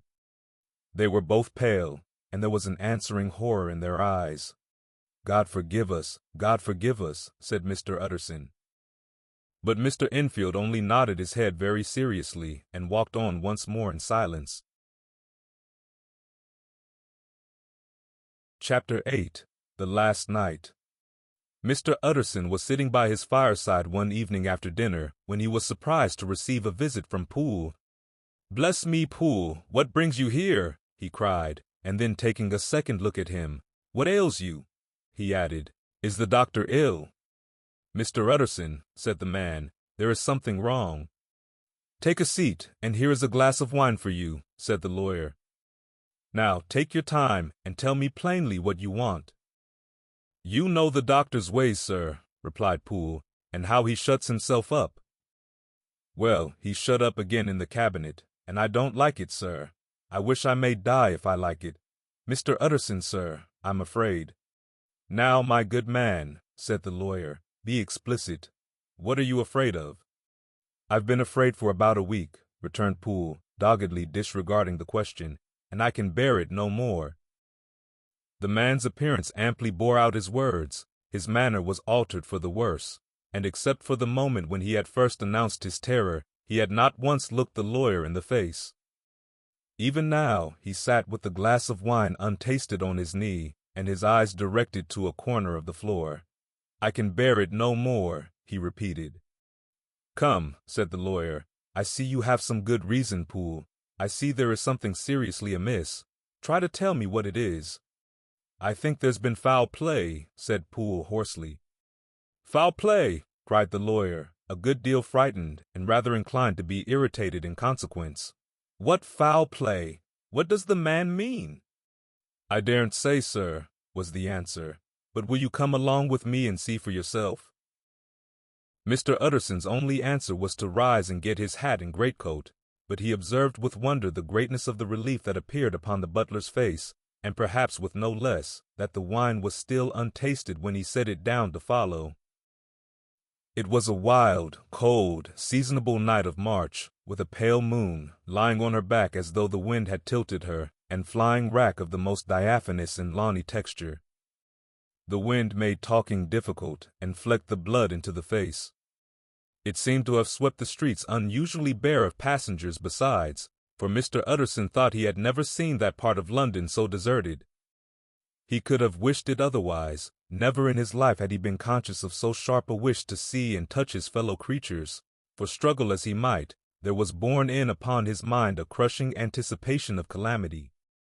The square, when they got there, was full of wind and dust, and the thin trees in the garden were lashing themselves along the railing. Poole, who had kept all the way a pace or two ahead, now pulled up in the middle of the pavement, and in spite of the biting weather, took off his hat and mopped his brow with a red pocket-handkerchief. But for all the hurry of his coming, these were not the dews of exertion that he wiped away, but the moisture of some strangling anguish, for his face was white and his voice, when he spoke, harsh and broken. "Well, sir," he said, "here we are, and God grant there be nothing wrong." "Amen, Poole," said the lawyer. Thereupon the servant knocked in a very guarded manner. The door was opened on the chain, and a voice asked from within, "Is that you, Poole?" "It's all right," said Poole. "Open the door." The hall, when they entered it, was brightly lighted up. The fire was built high, and about the hearth the whole of the servants, men and women, stood huddled together like a flock of sheep. At the sight of Mr. Utterson, the housemaid broke into hysterical whimpering, and the cook, crying out, "Bless God! It's Mr. Utterson," ran forward as if to take him in her arms. What, are you all here?" said the lawyer peevishly. "Very irregular, very unseemly. Your master would be far from pleased." "They're all afraid," said Poole. Blank silence followed, no one protesting. Only the maid lifted her voice and now wept loudly. "Hold your tongue," Poole said to her with a ferocity of accent that testified to his own jangled nerves. And indeed, when the girl had so suddenly raised the note of her lamentation, they had all started and turned towards the inner door with faces of dreadful expectation. "And now," continued the butler, addressing the knife boy, "reach me a candle, and we'll get this through hands at once." And then he begged Mr. Utterson to follow him, and led the way to the back garden. "Now, sir," said he, "you come as gently as you can. I want you to hear, and I don't want you to be heard. And see here, sir, if by any chance he was to ask you in, don't go."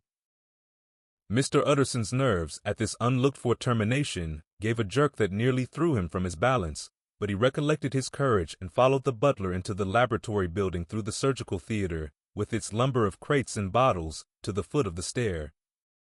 Here Poole motioned him to stand on one side and listen, while he himself, setting down the candle and making a great and obvious call on his resolution, mounted the steps and knocked with a somewhat uncertain hand on the red baize of the cabinet door. "Mr. Utterson, sir, asking to see you," he called, and even as he did so, once more violently signed to the lawyer to give ear. A voice answered from within. "Tell him I cannot see anyone," it said complainingly. "Thank you, sir," said Poole, with a note of something like triumph in his voice, and taking up his candle, he led Mr. Utterson back across the yard and into the great kitchen, where the fire was out and the beetles were leaping on the floor. "Sir," he said, looking Mr. Utterson in the eyes, "was that my master's voice?" "It seems much changed," replied the lawyer, very pale, but giving look for look. "Changed? Well, yes, I think so," said the butler. "Have I been 20 years in this man's house to be deceived about his voice?" "No, sir. Master's made away with. He was made away with 8 days ago, when we heard him cry out upon the name of God, and under there instead of him, and why it stays there is a thing that cries to heaven, Mr. Utterson." "This is a very strange tale, Poole. This is rather a wild tale, my man," said Mr. Utterson, biting his finger. "Suppose it were as you suppose, supposing Dr. Jekyll to have been, well, murdered. What could induce the murderer to stay? That won't hold water. It doesn't commend itself to reason." "Well, Mr. Utterson, you are a hard man to satisfy, but I'll do it yet," said Poole. "All this last week, you must know, him, or it, whatever it is that lives in that cabinet, has been crying night and day for some sort of medicine and cannot get it to his mind. It was sometimes his way, the master's, that is, to write his orders on a sheet of paper and throw it on the stair. We've had nothing else this week back, nothing but papers and a closed door, and the very meals left there to be smuggled in when nobody was looking. Well, sir, every day, and twice and thrice in the same day, there have been orders and complaints, and I have been sent flying to all the wholesale chemists in town. Every time I brought the stuff back, there would be another paper telling me to return it because it was not pure, and another order to a different firm. This drug is wanted bitter bad, sir, whatever for." "Have you any of these papers?" asked Mr. Utterson. Poole felt in his pocket and handed out a crumpled note, which the lawyer, bending nearer to the candle, carefully examined. Its contents ran thus: "Dr. Jekyll presents his compliments to Messrs. Mall. He assures them that their last sample is impure and quite useless for his present purpose. In the year 18, Dr. J purchased a somewhat large quantity from Messrs. M. He now begs them to search with most sedulous care, and should any of the same quality be left, forward it to him at once. Expense is no consideration. The importance of this to Dr. J can hardly be exaggerated." So far the letter had run composedly enough, but here with a sudden splutter of the pen, the writer's emotion had broken loose. "For God's sake," he added, "find me some of the old." "This is a strange note," said Mr. Utterson, and then sharply, "How do you come to have it open?" "The man at Mall's was main angry, sir, and he threw it back to me like so much dirt," returned Poole. "This is unquestionably the doctor's hand, do you know?" resumed the lawyer. "I thought it looked like it," said the servant rather sulkily, and then with another voice, "But what matters hand of right?" he said. "I've seen him." "Seen him?" repeated Mr. Utterson. "Well?" That's it, said Poole. It was this way. I came suddenly into the theater from the garden. It seems he had slipped out to look for this drug or whatever it is, for the cabinet door was open, and there he was at the far end of the room digging among the crates. He looked up when I came in, gave a kind of cry, and whipped upstairs into the cabinet. It was but for 1 minute that I saw him, but the hair stood upon my head like quills. Sir, if that was my master, why had he a mask upon his face? If it was my master, why did he cry out like a rat and run from me? I have served him long enough, and then— The man paused and passed his hand over his face. These are all very strange circumstances, said Mr. Utterson, but I think I begin to see daylight. Your master, Poole, is plainly seized with one of those maladies that both torture and deform the sufferer. Hence, for aught I know, the alteration of his voice, hence the mask and the avoidance of his friends, hence his eagerness to find this drug, by means of which the poor soul retains some hope of ultimate recovery. God grant that he be not deceived. There is my explanation. It is sad enough, Poole, and appalling to consider, but it is plain and natural, hangs well together, and delivers us from all exorbitant alarms. Sir, said the butler, turning to a sort of mottled pallor, that thing was not my master, and there's the truth. My master, here he looked round him and began to whisper, is a tall, fine build of a man, and this was more of a dwarf. Utterson attempted to protest. Oh, sir, cried Poole, do you think I do not know my master after 20 years? Do you think I do not know where his head comes to in the cabinet door, where I saw him every morning of my life? No, sir, that thing in the mask was never Dr. Jekyll. God knows what it was, but it was never Dr. Jekyll, and it is the belief of my heart that there was murder done. Poole, replied the lawyer, if you say that, it will become my duty to make certain. Much as I desire to spare your master's feelings, much as I am puzzled by this note which seems to prove him to be still alive, I shall consider it my duty to break in that door. Ah, Mr. Utterson, that's talking, cried the butler. And now comes the second question, resumed Utterson. Who is going to do it? Why, you and me, sir, was the undaunted reply. That's very well said, returned the lawyer, and whatever comes of it, I shall make it my business to see you are no loser. There is an axe in the theater, continued Poole, and you might take the kitchen poker for yourself. The lawyer took that rude but weighty instrument into his hand and balanced it. Do you know, Poole, he said, looking up, that you and I are about to place ourselves in a position of some peril? You may say so, sir, indeed, returned the butler. It is well, then, that we should be frank, said the other. We both think more than we have said. Let us make a clean breast. This masked figure that you saw, did you recognize it? Well, sir, it went so quick, and the creature was so doubled up, that I could hardly swear to that, was the answer. But if you mean, was it Mr. Hyde, why, yes, I think it was. You see, it was much of the same bigness, and it had the same quick, light way with it, and then who else could have got in by the laboratory door? You have not forgot, sir, that at the time of the murder he had still the key with him, but that's not all. I don't know, Mr. Utterson, if you ever met this Mr. Hyde. Yes, said the lawyer, I once spoke with him. Then you must know as well as the rest of us that there was something queer about that gentleman, something that gave a man a turn. I don't know rightly how to say it, sir, beyond this, that you felt in your marrow kind of cold and thin. I own I felt something of what you describe, said Mr. Utterson. Quite so, sir, returned Poole. Well, when that masked thing like a monkey jumped from among the chemicals and whipped into the cabinet, it went down my spine like ice. Oh, I know it's not evidence, Mr. Utterson. I'm book-learned enough for that, but a man has his feelings, and I give you my Bible word it was Mr. Hyde. Said the lawyer, my fears incline to the same point. Evil, I fear, founded, evil was sure to come, of that connection. Truly, I believe you. I believe poor Harry is killed, and I believe his murderer, for what purpose God alone can tell, is still lurking in his victim's room. Well, let our name be Vengeance. Call Bradshaw. The footman came at the summons, very white and nervous. "Pull yourself together, Bradshaw," said the lawyer. "This suspense, I know, is telling upon all of you, but it is now our intention to make an end of it. Poole here and I are going to force our way into the cabinet. If all is well, my shoulders are broad enough to bear the blame. Meanwhile, lest anything should really be amiss, or any malefactor seek to escape by the back, you and the boy must go round the corner with a pair of good sticks and take your post at the laboratory door. We give you 10 minutes to get to your stations." As Bradshaw left, the lawyer looked at his watch.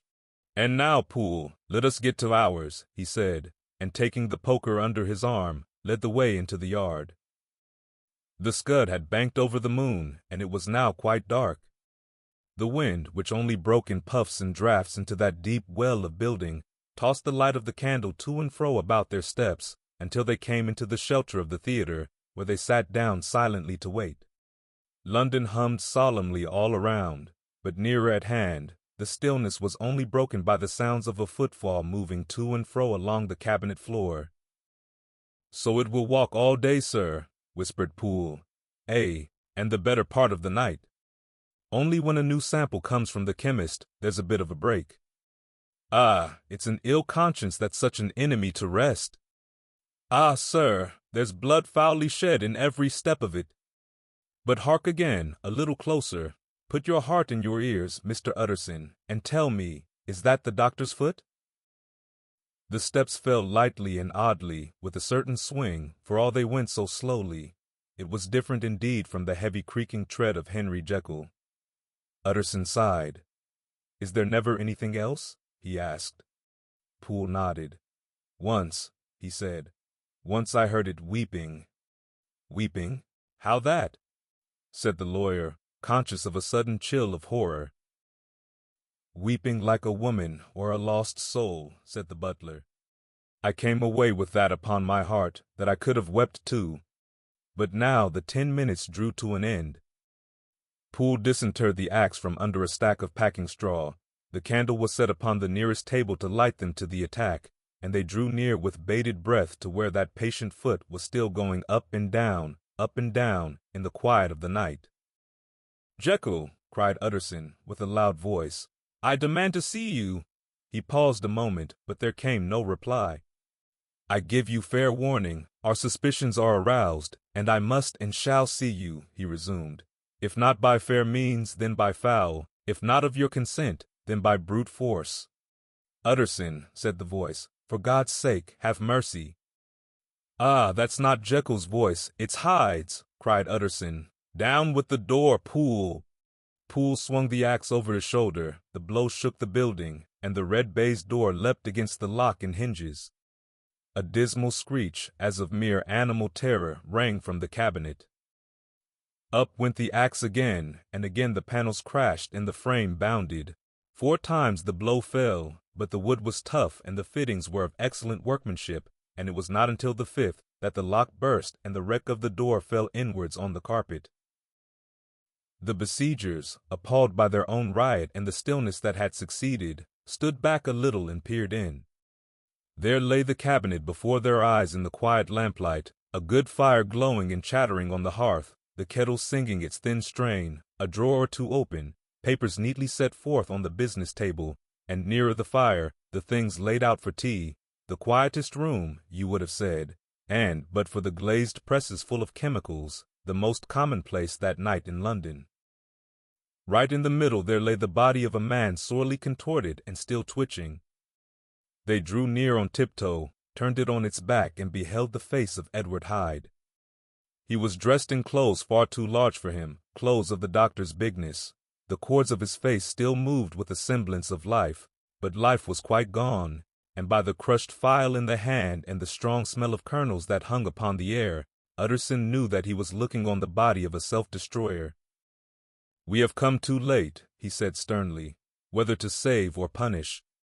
Hyde is gone to his account, and it only remains for us to find the body of your master." The far greater proportion of the building was occupied by the theater, which filled almost the whole ground story and was lighted from above, and by the cabinet, which formed an upper story at one end and looked upon the court. A corridor joined the theater to the door on the by-street, and with this the cabinet communicated separately by a second flight of stairs. There were besides a few dark closets and a spacious cellar. All these they now thoroughly examined. Each closet needed but a glance, for all were empty, and all, by the dust that fell from their doors, had stood long unopened. The cellar, indeed, was filled with crazy lumber, mostly dating from the times of the surgeon who was Jekyll's predecessor, but even as they opened the door they were advertised of the uselessness of further search by the fall of a perfect mat of cobweb which had for years sealed up the entrance. Nowhere was there any trace of Henry Jekyll, dead or alive. Poole stamped on the flags of the corridor. "He must be buried here," he said, hearkening to the sound. "Or he may have fled," said Utterson, and he turned to examine the door in the by-street. It was locked, and lying nearby on the flags they found the key, already stained with rust. "This does not look like use," observed the lawyer. "Use," echoed Poole. "Do you not see, sir, it is broken, much as if a man had stamped on it." "Ay," continued Utterson, "and the fractures too are rusty." The two men looked at each other with a scare. "This is beyond me, Poole," said the lawyer. "Let us go back to the cabinet." They mounted the stair in silence, and still with an occasional awestruck glance at the dead body, proceeded more thoroughly to examine the contents of the cabinet. At one table there were traces of chemical work, various measured heaps of some white salt being laid on glass saucers, as though for an experiment in which the unhappy man had been prevented. "That is the same drug that I was always bringing him," said Poole, and even as he spoke, the kettle with a startling noise boiled over. This brought them to the fireside, where the easy-chair was drawn cozily up, and the tea-things stood ready to the sitter's elbow, the very sugar in the cup. There were several books on a shelf. One lay beside the tea-things open, and Utterson was amazed to find it a copy of a pious work, for which Jekyll had several times expressed a great esteem, annotated in his own hand with startling blasphemies. Next, in the course of their review of the chamber, the searchers came to the cheval-glass, into whose depths they looked with an involuntary horror. But it was so turned as to show them nothing but the rosy glow playing on the roof, the fire sparkling in 100 repetitions along the glazed front of the presses, and their own pale and fearful countenances stooping to look in. "This glass has seen some strange things, sir," whispered Poole. "And surely none stranger than itself," echoed the lawyer in the same tones. For what did Jekyll? He caught himself up at the word with a start, and then conquering the weakness. "What could Jekyll want with it?" he said. "You may say that," said Poole. Next they turned to the business table. On the desk, among the neat array of papers, a large envelope was uppermost and bore, in the doctor's hand, the name of Mr. Utterson. The lawyer unsealed it, and several enclosures fell to the floor. The first was a will, drawn in the same eccentric terms as the one which he had returned 6 months before, to serve as a testament in case of death and as a deed of gift in case of disappearance. But in place of the name of Edward Hyde, the lawyer, with indescribable amazement, read the name of Gabriel John Utterson. He looked at Poole, and then back at the paper, and last of all at the dead malefactor stretched upon the carpet. "My head goes round," he said. "He has been all these days in possession. He had no cause to like me. He must have raged to see himself displaced, and he has not destroyed this document." He caught up the next paper. It was a brief note in the doctor's hand and dated at the top. "Oh, Poole," the lawyer cried, "he was alive and here this day. He cannot have been disposed of in so short a space. He must be still alive. He must have fled. And then, why fled, and how? And in that case, can we venture to declare this suicide? Oh, we must be careful. I foresee that we may yet involve your master in some dire catastrophe." "Why don't you read it, sir?" asked Poole. "Because I fear," replied the lawyer solemnly. "God grant I have no cause for it." And with that he brought the paper to his eyes and read as follows: "My dear Utterson, when this shall fall into your hands, I shall have disappeared. Under what circumstances, I have not the penetration to foresee, but my instinct and all the circumstances of my nameless situation tell me that the end is sure and must be early. Go then, and first read the narrative which Lanyon warned me he was to place in your hands, and if you care to hear more, turn to the confession of your unworthy and unhappy friend, Henry Jekyll. There was a third enclosure, asked Utterson. Here, sir, said Poole, and gave into his hands a considerable packet sealed in several places. The lawyer put it in his pocket. I would say nothing of this paper. If your master has fled or is dead, we may at least save his credit. It is now 10. I must go home and read these documents in quiet, but I shall be back before midnight, when we shall send for the police. They went out, locking the door of the theater behind them, and Utterson, once more leaving the servants gathered about the fire in the hall, trudged back to his office to read the 2 narratives in which this mystery was now to be explained. Chapter 9. Dr. Lanyon's Narrative. On the 9th of January, now 4 days ago, I received by the evening delivery a registered envelope addressed in the hand of my colleague and old school companion, Henry Jekyll. I was a good deal surprised by this, for we were by no means in the habit of correspondence. I had seen the man, dined with him indeed the night before, and I could imagine nothing in our intercourse that should justify formality of registration. The contents increased my wonder, for this is how the letter ran. 10th of December, 18. Dear Lanyon, you are one of my oldest friends, and although we may have differed at times on scientific questions, I cannot remember, at least on my side, any break in our affection. There was never a day when, if you had said to me, Jekyll, my life, my honor, my reason depend upon you, I would not have sacrificed my left hand to help you. Lanyon, my life, my honor, my reason are all at your mercy. If you fail me tonight, I am lost. You might suppose, after this preface, that I am going to ask you for something dishonorable to grant. Judge for yourself. I want you to postpone all other engagements for tonight, even if you were summoned to the bedside of an emperor, to take a cab, unless your carriage should be actually at the door, and with this letter in your hand for consultation, to drive straight to my house. Poole, my butler, has his orders. You will find him waiting your arrival with a locksmith.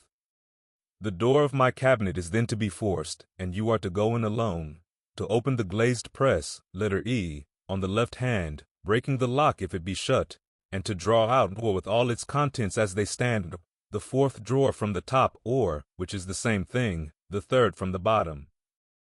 In my extreme distress of mind, I have a morbid fear of misdirecting you, but even if I am in error, you may know the right drawer by its contents, some powders, a file, and a paper book. This drawer I beg of you to carry back with you to Cavendish Square exactly as it stands. That is the first part of the service. Now for the second. You should be back, if you set out at once on the receipt of this, long before midnight, but I will leave you that amount of margin, not only in the fear of one of those obstacles that can neither be prevented nor foreseen, but because an hour when your servants are in bed is to be preferred for what will then remain to do. At midnight, then, I have to ask you to be alone in your consulting room, to admit with your own hand into the house a man who will present himself in my name, and to place in his hands the drawer that you will have brought with you from my cabinet. Then you will have played your part, and earned my gratitude completely. 5 minutes afterwards, if you insist upon an explanation, you will have understood that these arrangements are of capital importance, and that by the neglect of one of them, fantastic as they must appear, you might have charged your conscience with my death or the shipwreck of my reason. Confident as I am that you will not trifle with this appeal, my heart sinks and my hand trembles at the bare thought of such a possibility. Think of me at this hour, in a strange place, laboring under a blackness of distress that no fancy can exaggerate, and yet well aware that, if you will but punctually serve me, my troubles will roll away like a story that is told. Serve me, my dear Lanyon, and save. Your friend, H.J. P.S. I had already sealed this up when a fresh terror struck upon my soul. It is possible that the post office may fail me, and this letter not come into your hands until tomorrow morning. In that case, dear Lanyon, do my errand when it shall be most convenient for you in the course of the day, and once more expect my messenger at midnight. It may then already be too late, and if that night passes without event, you will know that you have seen the last of Henry Jekyll. Upon the reading of this letter, I made sure my colleague was insane, but till that was proved beyond the possibility of doubt, I felt bound to do as he requested. The less I understood of this farrago, the less I was in a position to judge of its importance, and an appeal so worded could not be set aside without a grave responsibility. I rose accordingly from table, got into a hansom, and drove straight to Jekyll's house. The butler was awaiting my arrival. He had received by the same post as mine a registered letter of instruction, and had sent at once for a locksmith and a carpenter. The tradesmen came while we were yet speaking, and we moved in a body to old Dr. Denman's surgical theatre, from which, as you are doubtless aware, Jekyll's private cabinet is most conveniently entered.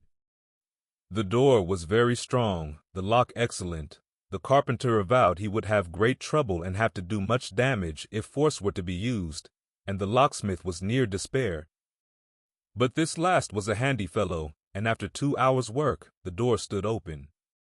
The press marked E was unlocked, and I took out the drawer, had it filled up with straw and tied in a sheet, and returned with it to Cavendish Square. Here I proceeded to examine its contents. The powders were neatly enough made up, but not with the nicety of the dispensing chemist, so that it was plain they were of Jekyll's private manufacture, and when I opened one of the wrappers I found what seemed to me a simple crystalline salt of a white color. The phial, to which I next turned my attention, might have been about half full of a blood-red liquor, which was highly pungent to the sense of smell and seemed to me to contain phosphorus in some volatile ether. At the other ingredients I could make no guess. The book was an ordinary version book and contained little but a series of dates. These covered a period of many years, but I observed that the entries ceased nearly a year ago and quite abruptly. Here and there a brief remark was appended to a date, usually no more than a single word, double, occurring perhaps 6 times in a total of several hundred entries, and once very early in the list and followed by several marks of exclamation, total failure. All this, though it whetted my curiosity, told me little that was definite. Here were a phial of some salt, and the record of a series of experiments that had led, like too many of Jekyll's investigations, to no end of practical usefulness. How could the presence of these articles in my house affect either the honor, the sanity, or the life of my flighty colleague? If his messenger could go to one place, why could he not go to another? And even granting some impediment, why was this gentleman to be received by me in secret? The more I reflected, the more convinced I grew that I was dealing with a case of cerebral disease, and though I dismissed my servants to bed, I loaded an old revolver, that I might be found in some posture of self-defense. 12 o'clock had scarce rung out over London, ere the knocker sounded very gently on the door.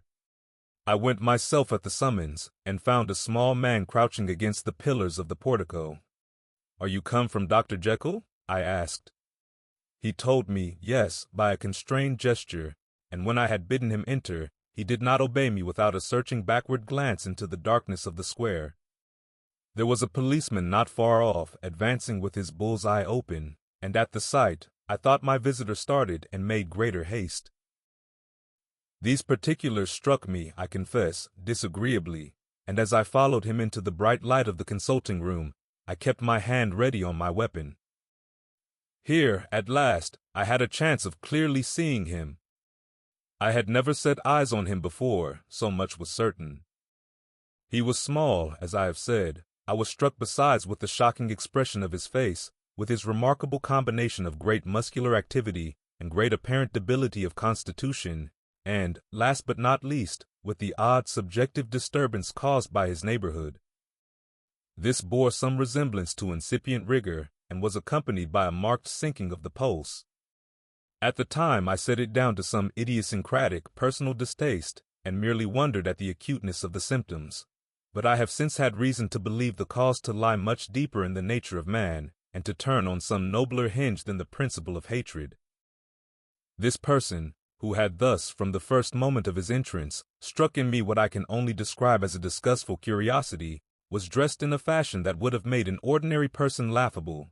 His clothes, that is to say, although they were of rich and sober fabric, were enormously too large for him in every measurement, the trousers hanging on his legs and rolled up to keep them from the ground, the waist of the coat below his haunches, and the collar sprawling wide upon his shoulders. Strange to relate, this ludicrous accoutrement was far from moving me to laughter. Rather, as there was something abnormal and misbegotten in the very essence of the creature that now faced me, something seizing, surprising, and revolting, this fresh disparity seemed but to fit in with and to reinforce it, so that to my interest in the man's nature and character, there was added a curiosity as to his origin, his life, his fortune, and status in the world. These observations, though they have taken so great a space to be set down in, were yet the work of a few seconds. My visitor was, indeed, on fire with somber excitement. "Have you got it?" he cried. "Have you got it?" And so lively was his impatience that he even laid his hand upon my arm and sought to shake me. I put him back, conscious at his touch of a certain icy pang along my blood. "Come, sir," said I.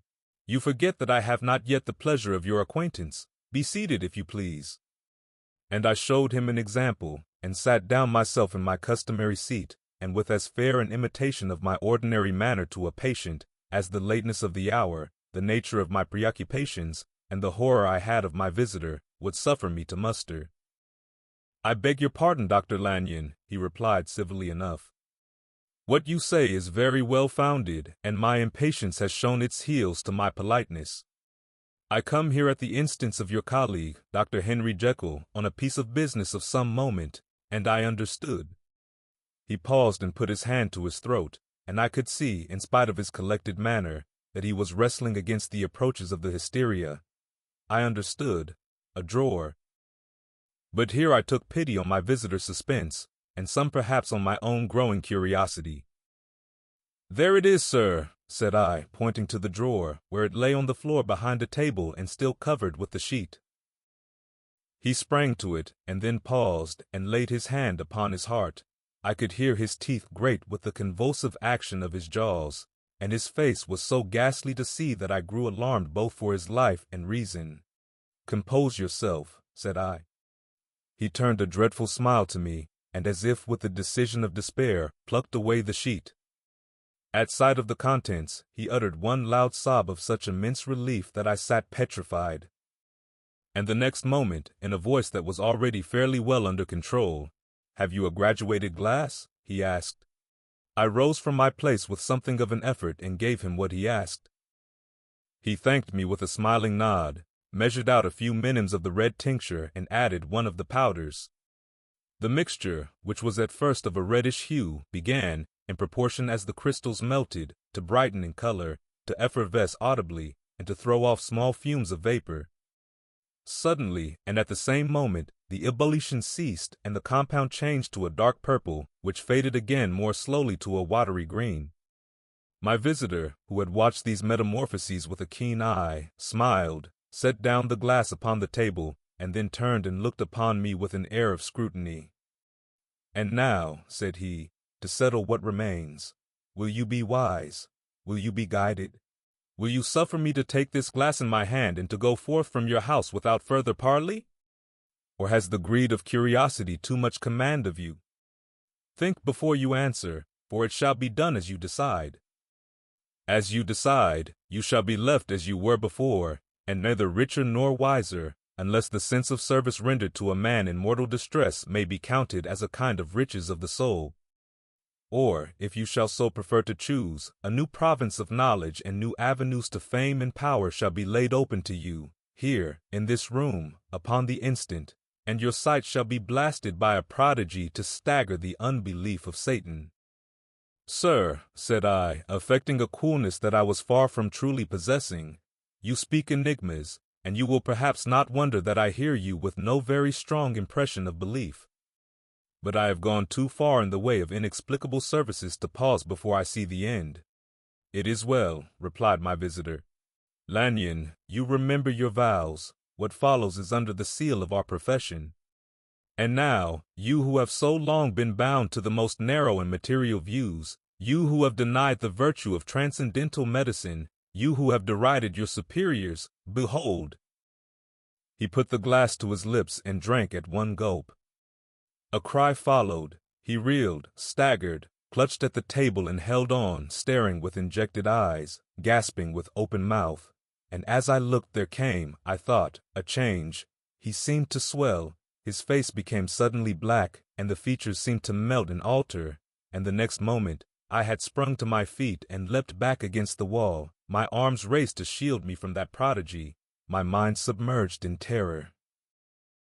"Oh God!" I screamed, and, "Oh God!" again and again, for there before my eyes, pale and shaken and half fainting, and groping before him with his hands, like a man restored from death, there stood Henry Jekyll.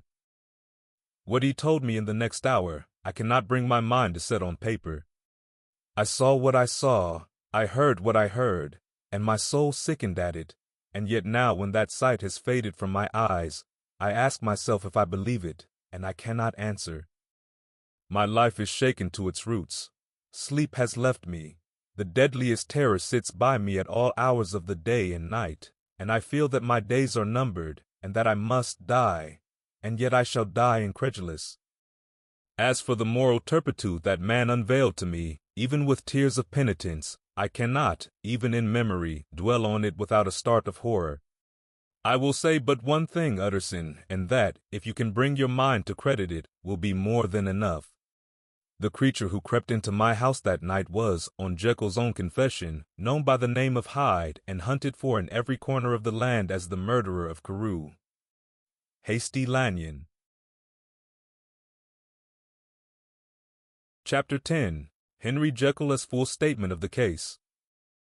I was born in the year 18, to a large fortune, endowed besides with excellent parts, inclined by nature to industry, fond of the respect of the wise and good among my fellow-men, and thus, as might have been supposed, with every guarantee of an honorable and distinguished future.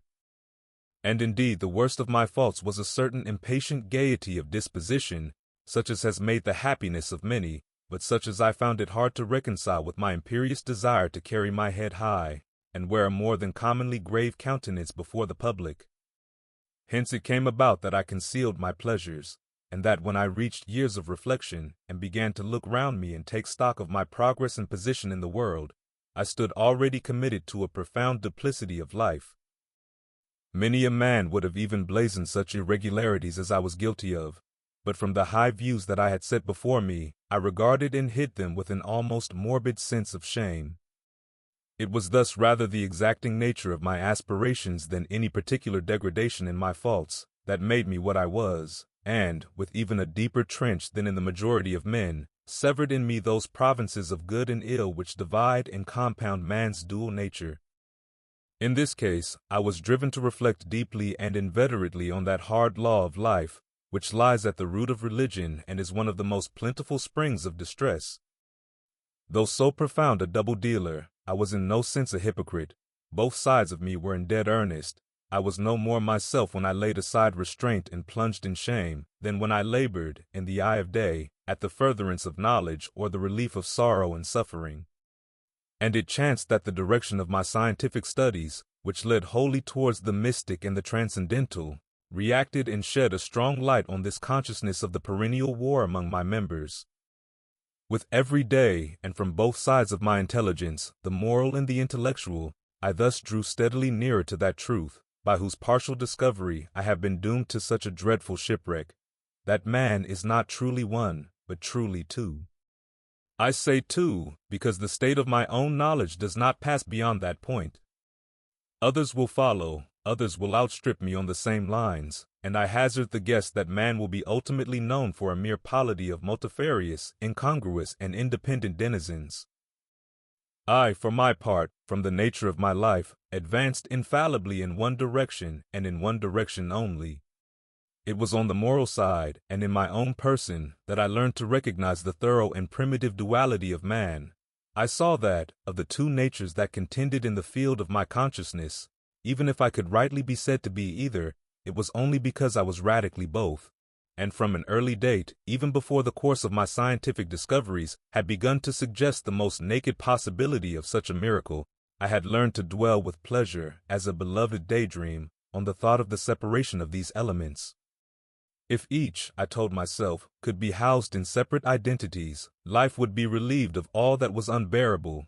The unjust might go his way, delivered from the aspirations and remorse of his more upright twin, and the just could walk steadfastly and securely on his upward path, doing the good things in which he found his pleasure, and no longer exposed to disgrace and penitence by the hands of this extraneous evil.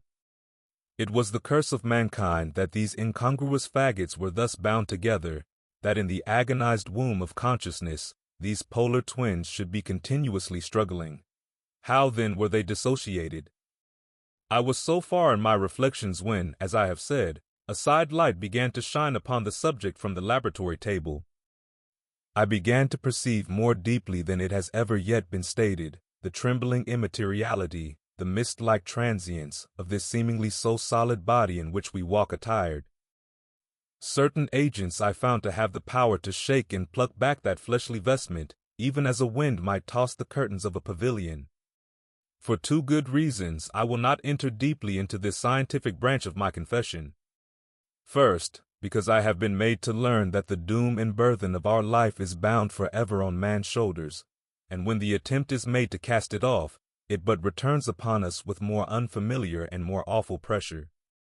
Second, because, as my narrative will make, alas, too evident, my discoveries were incomplete. Enough, then, that I not only recognized my natural body from the mere aura and effulgence of certain of the powers that made up my spirit, but managed to compound a drug by which these powers should be dethroned from their supremacy, and a second form and countenance substituted, none the less natural to me because they were the expression, and bore the stamp, of lower elements in my soul. I hesitated long before I put this theory to the test of practice. I knew well that I risked death, for any drug that so potently controlled and shook the very fortress of identity might, by the least scruple of an overdose or at the least inopportunity in the moment of exhibition, utterly blot out that immaterial tabernacle which I looked to it to change. But the temptation of a discovery so singular and profound at last overcame the suggestions of alarm. I had long since prepared my tincture. I purchased at once from a firm of wholesale chemists a large quantity of a particular salt which I knew from my experiments to be the last ingredient required, and late one accursed night I compounded the elements, watched them boil and smoke together in the glass, and when the ebullition had subsided, with a strong glow of courage, drank off the potion. The most racking pangs succeeded, a grinding in the bones, deadly nausea, and a horror of the spirit that cannot be exceeded at the hour of birth or death. Then these agonies began swiftly to subside, and I came to myself as if out of a great sickness. There was something strange in my sensations, something indescribably new, and from its very novelty, incredibly sweet. I felt younger, lighter, happier in body. Within I was conscious of a heady recklessness, a current of disordered sensual images running like a mill race in my fancy, a solution of the bonds of obligation, an unknown but not an innocent freedom of the soul. I knew myself, at the first breath of this new life, to be more wicked, tenfold more wicked, sold a slave to my original evil, and the thought, in that moment, braced and delighted me like wine. I stretched out my hands, exulting in the freshness of these sensations, and in the act I was suddenly aware that I had lost in stature. There was no mirror at that date in my room. That which stands beside me as I write was brought there later on, and for the very purpose of these transformations. The night, however, was far gone into the morning. The morning, black as it was nearly ripe for the conception of the day. The inmates of my house were locked in the most rigorous hours of slumber, and I determined, flushed as I was with hope and triumph, to venture in my new shape as far as to my bedroom. I crossed the yard, wherein the constellations looked down upon me. I could have thought with wonder, the first creature of that sort that their unsleeping vigilance had yet disclosed to them. I stole through the corridors, a stranger in my own house, and coming to my room, I saw for the first time the appearance of Edward Hyde. I must here speak by theory alone, saying not that which I know, but that which I suppose to be most probable. The evil side of my nature, to which I had now transferred the stamping efficacy, was less robust and less developed than the good which I had just deposed. Again, in the course of my life, which had been, after all, 9/10 a life of effort, virtue, and control, it had been much less exercised and much less exhausted. And hence, as I think, it came about that Edward Hyde was so much smaller, slighter, and younger than Henry Jekyll. Even as good shone upon the countenance of the one, evil was written broadly and plainly on the face of the other. Evil besides, which I must still believe to be the lethal side of man, had left on that body an imprint of deformity and decay. And yet, when I looked upon that ugly idol in the glass, I was conscious of no repugnance, rather of a leap of welcome. This too was myself. It seemed natural and human.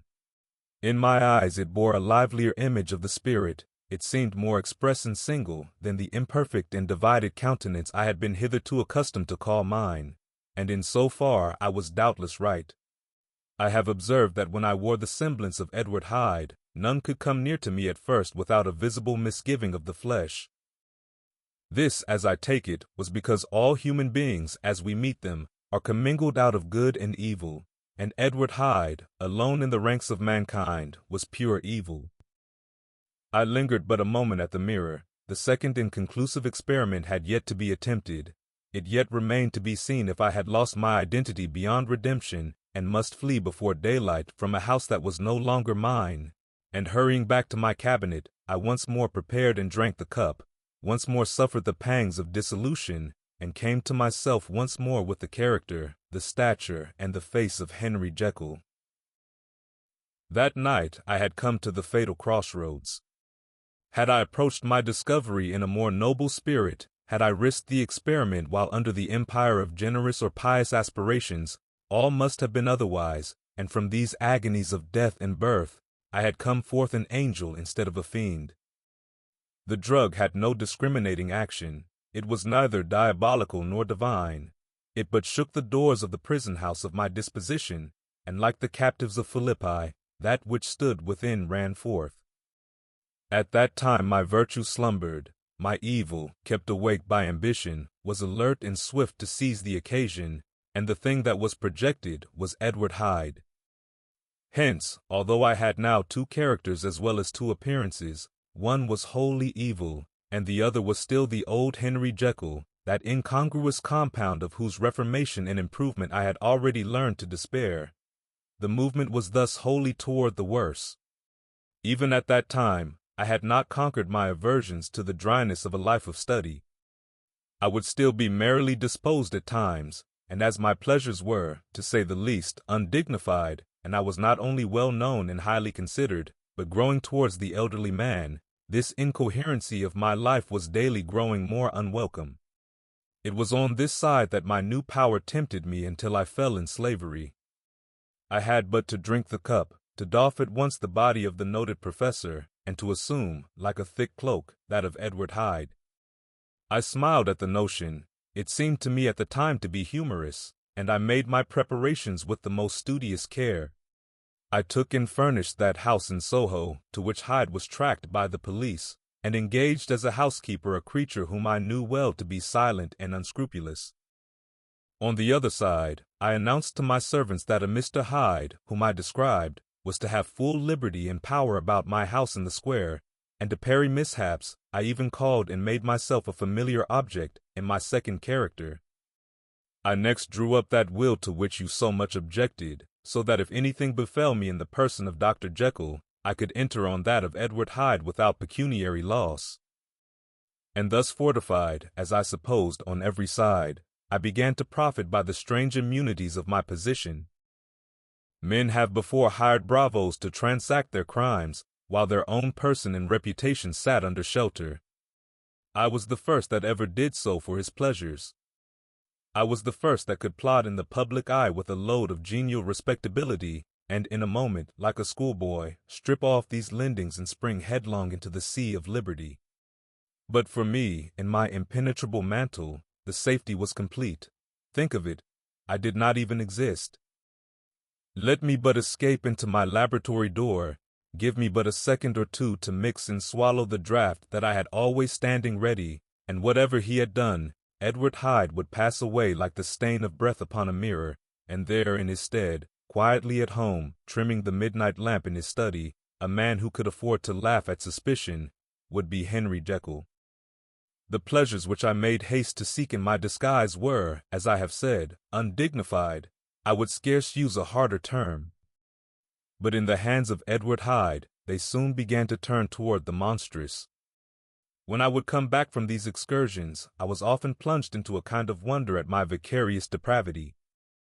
This familiar that I called out of my own soul, and sent forth alone to do his good pleasure, was a being inherently malign and villainous, his every act and thought centered on self, drinking pleasure with bestial avidity from any degree of torture to another, relentless like a man of stone.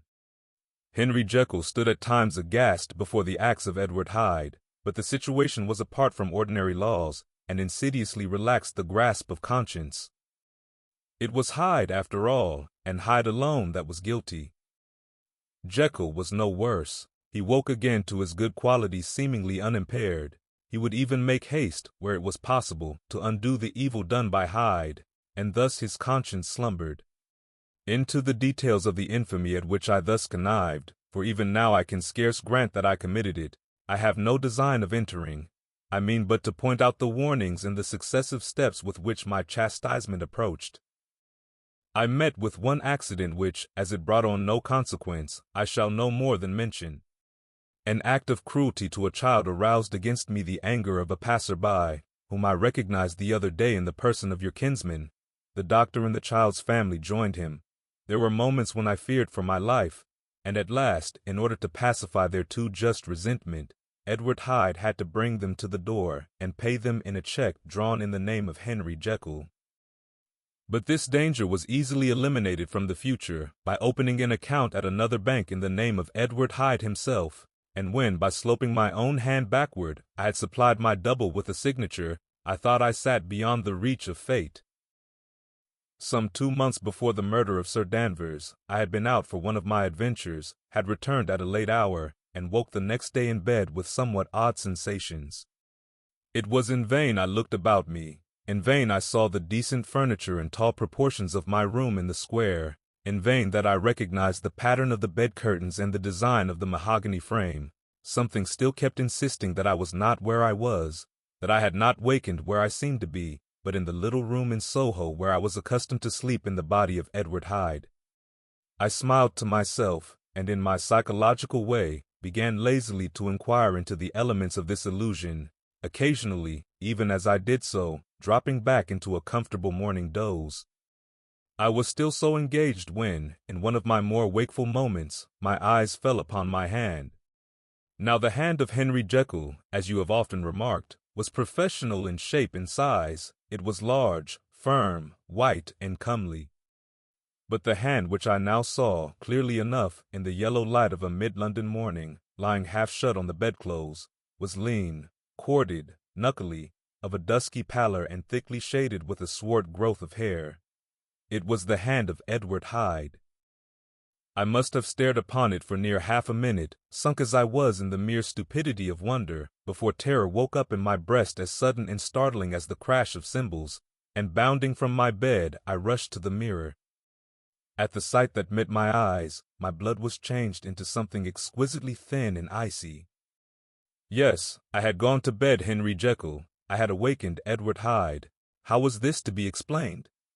I asked myself, and then, with another bound of terror, how was it to be remedied? It was well on in the morning. The servants were up. All my drugs were in the cabinet. A long journey down 2 pairs of stairs, through the back passage, across the open court, and through the anatomical theater, from where I was then standing horror-struck. It might indeed be possible to cover my face, but of what use was that, when I was unable to conceal the alteration in my stature? And then, with an overpowering sweetness of relief, it came back upon my mind that the servants were already used to the coming and going of my second self. I had soon dressed, as well as I was able, in clothes of my own size, had soon passed through the house, where Bradshaw stared and drew back at seeing Mr. Hyde at such an hour and in such a strange array, and 10 minutes later, Dr. Jekyll had returned to his own shape and was sitting down, with a darkened brow, to make a feint of breakfasting. Small indeed was my appetite. This inexplicable incident, this reversal of my previous experience, seemed, like the Babylonian finger on the wall, to be spelling out the letters of my judgment, and I began to reflect more seriously than ever before on the issues and possibilities of my double existence. That part of me which I had the power of projecting had lately been much exercised and nourished, It had seemed to me of late as though the body of Edward Hyde had grown in stature, as though, when I wore that form, I were conscious of a more generous tide of blood. And I began to spy a danger that, if this were much prolonged, the balance of my nature might be permanently overthrown, the power of voluntary change be forfeited, and the character of Edward Hyde become irrevocably mine. The power of the drug had not been always equally displayed. Once, very early in my career, it had totally failed me. Since then, I had been obliged on more than one occasion to double, and once, with infinite risk of death, to treble the amount, and these rare uncertainties had cast hitherto the sole shadow on my contentment. Now, however, and in the light of that morning's accident, I was led to remark that whereas, in the beginning, the difficulty had been to throw off the body of Jekyll, it had of late gradually but decidedly transferred itself to the other side. All things therefore seemed to point to this, that I was slowly losing hold of my original and better self, and becoming slowly incorporated with my second and worse. Between these two, I now felt I had to choose. My two natures had memory in common, but all other faculties were most unequally shared between them. Jekyll, who was composite, now with the most sensitive apprehensions, now with a greedy gusto, projected and shared in the pleasures and adventures of Hyde, but Hyde was indifferent to Jekyll, or but remembered him as the mountain bandit remembers the cavern in which he conceals himself from pursuit. Jekyll had more than a father's interest, Hyde had more than a son's indifference. To cast in my lot with Jekyll was to die to those appetites which I had long secretly indulged and had of late begun to pamper. To cast it in with Hyde was to die to 1,000 interests and aspirations, and to become, at a blow and forever, despised and friendless. The bargain might appear unequal, but there was still another consideration in the scales, for while Jekyll would suffer smartingly in the fires of abstinence, Hyde would be not even conscious of all that he had lost. Strange as my circumstances were, the terms of this debate are as old and commonplace as man. Much the same inducements and alarms cast the die for any tempted and trembling sinner, and it fell out with me, as it falls with so vast a majority of my fellows, that I chose the better part and was found wanting in the strength to keep to it. Yes, I preferred the elderly and discontented doctor, surrounded by friends and cherishing honest hopes, and bade a resolute farewell to the liberty, the comparative youth, the light step, leaping impulses and secret pleasures that I had enjoyed in the disguise of Hyde. I made this choice perhaps with some unconscious reservation, for I neither gave up the house in Soho, nor destroyed the clothes of Edward Hyde, which still lay ready in my cabinet. For 2 months, however, I was true to my determination. For 2 months, I led a life of such severity as I had never before attained to, and enjoyed the compensations of an approving conscience. But time began at last to obliterate the freshness of my alarm. The praises of conscience began to grow into a thing of course. I began to be tortured with throes and longings, as of Hyde struggling after freedom, and at last, in an hour of moral weakness, I once again compounded and swallowed the transforming draught. I do not suppose that, when a drunkard reasons with himself upon his vice, he is once out of 500 times affected by the dangers that he runs through his brutish, physical insensibility. Neither had I, long as I had considered my position, made enough allowance for the complete moral insensibility and insensate readiness to evil, which were the leading characters of Edward Hyde. Yet it was by these that I was punished. My devil had been long caged, he came out roaring. I was conscious, even when I took the draught, of a more unbridled, a more furious propensity to ill. It must have been this, I suppose, that stirred in my soul that tempest of impatience with which I listened to the civilities of my unhappy victim. I declare, at least, before God, no man morally sane could have been guilty of that crime upon so pitiful a provocation, and that I struck in no more reasonable spirit than that in which a sick child may break a plaything. But I had voluntarily stripped myself of all those balancing instincts by which even the worst of us continues to walk with some degree of steadiness among temptations, and in my case, to be tempted, however slightly, was to fall. Instantly the spirit of hell awoke in me and raged. With a transport of glee, I mauled the unresisting body, tasting delight from every blow, and it was not till weariness had begun to succeed that I was suddenly, in the top fit of my delirium, struck through the heart by a cold thrill of terror. A mist dispersed. I saw my life to be forfeit, and fled from the scene of these excesses, at once glorying and trembling, my lust of evil gratified and stimulated, my love of life screwed to the topmost peg. I ran to the house in Soho, and, to make assurance doubly sure, destroyed my papers. Thence I set out through the lamplit streets, in the same divided ecstasy of mind, gloating on my crime, light-headedly devising others in the future, and yet still hastening and still hearkening in my wake for the steps of the avenger. Hyde had a song upon his lips as he compounded the draught, and as he drank it, pledged the dead man. The pangs of transformation had not done tearing him, before Henry Jekyll, with streaming tears of gratitude and remorse, had fallen upon his knees and lifted his clasped hands to God. The veil of self-indulgence was rent from head to foot. I saw my life as a whole. I followed it up from the days of childhood, when I had walked with my father's hand, and through the self-denying toils of my professional life, to arrive again and again, with the same sense of unreality, at the damned horrors of the evening. I could have screamed aloud. I sought with tears and prayers to smother down the crowd of hideous images and sounds with which my memory swarmed against me, and still, between the petitions, the ugly face of my iniquity stared into my soul. As the acuteness of this remorse began to die away, it was succeeded by a sense of joy. The problem of my conduct was solved.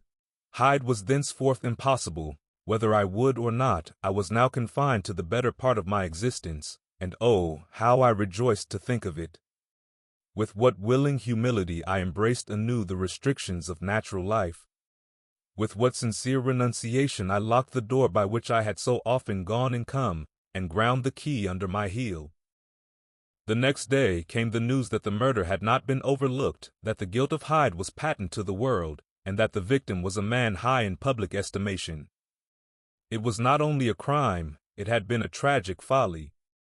I think I was glad to know it. I think I was glad to have my better impulses thus buttressed and guarded by the terrors of the scaffold. Jekyll was now my city of refuge. Let but Hyde peep out an instant, and the hands of all men would be raised to take and slay him. I resolved in my future conduct to redeem the past, and I can say with honesty that my resolve was fruitful of some good.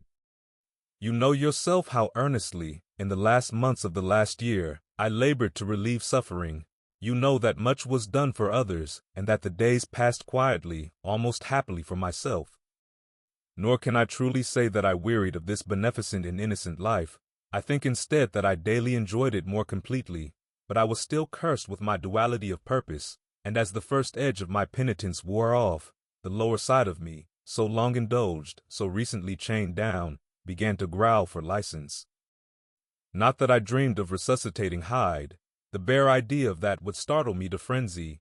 No, it was in my own person that I was once more tempted to trifle with my conscience, and it was as an ordinary secret sinner that I at last fell before the assaults of temptation. There comes an end to all things. The most capacious measure is filled at last, and this brief condescension to my evil finally destroyed the balance of my soul. And yet I was not alarmed. The fall seemed natural, like a return to the old days before I had made my discovery. It was a fine, clear January day, wet underfoot where the frost had melted, but cloudless overhead, and the Regent's Park was full of winter chirrupings and sweet with spring odors. I sat in the sun on a bench, the animal within me licking the chops of memory, the spiritual side a little drowsed, promising subsequent penitence, but not yet moved to begin. After all, I reflected, I was like my neighbors, and then I smiled, comparing myself with other men, comparing my active goodwill with the lazy cruelty of their neglect. And at the very moment of that vainglorious thought, a qualm came over me, a horrid nausea and the most deadly shuddering. These passed away and left me faint, and then as in its turn faintness subsided, I began to be aware of a change in the temper of my thoughts, a greater boldness, a contempt of danger, a solution of the bonds of obligation. I looked down. My clothes hung formlessly on my shrunken limbs. The hand that lay on my knee was corded and hairy. I was once more Edward Hyde. A moment before I had been safe of all men's respect, wealthy, beloved, the cloth laying for me in the dining room at home, and now I was the common quarry of mankind, hunted, houseless, a known murderer, thrall to the gallows. My reason wavered, but it did not fail me utterly. I have more than once observed that in my second character, my faculties seemed sharpened to a point and my spirits more tensely elastic. Thus it came about that, where Jekyll perhaps might have succumbed, Hyde rose to the importance of the moment. My drugs were in one of the presses of my cabinet. How was I to reach them? That was the problem that, crushing my temples in my hands, I set myself to solve. The laboratory door I had closed. If I sought to enter by the house, my own servants would consign me to the gallows. I saw I must employ another hand and thought of Lanyon. How was he to be reached? How persuaded? Supposing that I escaped capture in the streets, how was I to make my way into his presence? And how should I, an unknown and displeasing visitor, prevail on the famous physician to rifle the study of his colleague, Dr. Jekyll? Then I remembered that of my original character, one part remained to me. I could write my own hand, and once I had conceived that kindling spark, the way that I must follow became lighted up from end to end. Thereupon, I arranged my clothes as best I could, and summoning a passing hansom, drove to an hotel in Portland Street, the name of which I chanced to remember. At my appearance, which was indeed comical enough, however tragic a fate these garments covered, the driver could not conceal his mirth. I gnashed my teeth upon him with a gust of devilish fury, and the smile withered from his face, happily for him, yet more happily for myself, for in another instant I had certainly dragged him from his perch. At the inn, as I entered, I looked about me with so black a countenance as made the attendants tremble. Not a look did they exchange in my presence, but obsequiously took my orders, led me to a private room, and brought me wherewithal to write. Hyde in danger of his life was a creature new to me, shaken with inordinate anger, strung to the pitch of murder, lusting to inflict pain. Yet the creature was astute, mastered his fury with a great effort of the will, composed his two important letters, one to Lanyon and one to Poole, and that he might receive actual evidence of their being posted, sent them out with directions that they should be registered. Thenceforward, he sat all day over the fire in the private room, gnawing his nails. There he dined, sitting alone with his fears, the waiter visibly quailing before his eye, and thence, when the night was fully come, he set forth in the corner of a closed cab, and was driven to and fro about the streets of the city. He, I say, I cannot say, that child of hell had nothing human, nothing lived in him but fear and hatred. And when at last, thinking the driver had begun to grow suspicious, he discharged the cab and ventured on foot, attired in his misfitting clothes, an object marked out for observation, into the midst of the nocturnal passengers, these two base passions raged within him like a tempest. He walked fast, hunted by his fears, chattering to himself, skulking through the less frequented thoroughfares, counting the minutes that still divided him from midnight. Once a woman spoke to him, offering, I think, a box of lights. He smote her in the face, and she fled. When I came to myself at Lanyon's, the horror of my old friend perhaps affected me somewhat. I do not know. It was at least but a drop in the sea to the abhorrence with which I looked back upon these hours. A change had come over me. It was no longer the fear of the gallows. It was the horror of being Hyde that racked me. I received Lanyon's condemnation partly in a dream. It was partly in a dream that I came home to my own house and got into bed. I slept after the prostration of the day, with a stringent and profound slumber which not even the nightmares that wrung me could avail to break. I awoke in the morning shaken, weakened, but refreshed. I still hated and feared the thought of the brute that slept within me, and I had not of course forgotten the appalling dangers of the day before, but I was once more at home, in my own house and close to my drugs, and gratitude for my escape shone so strong in my soul that it almost rivaled the brightness of hope. I was stepping leisurely across the court after breakfast, drinking the chill of the air with pleasure, when I was seized again with those indescribable sensations that heralded the change, and I had but the time to gain the shelter of my cabinet before I was once again raging and freezing with the passions of Hyde.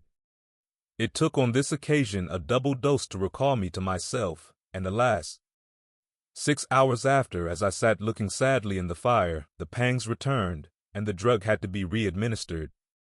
In short, from that day forth it seemed only by a great effort as of gymnastics, and only under the immediate stimulation of the drug, that I was able to wear the countenance of Jekyll.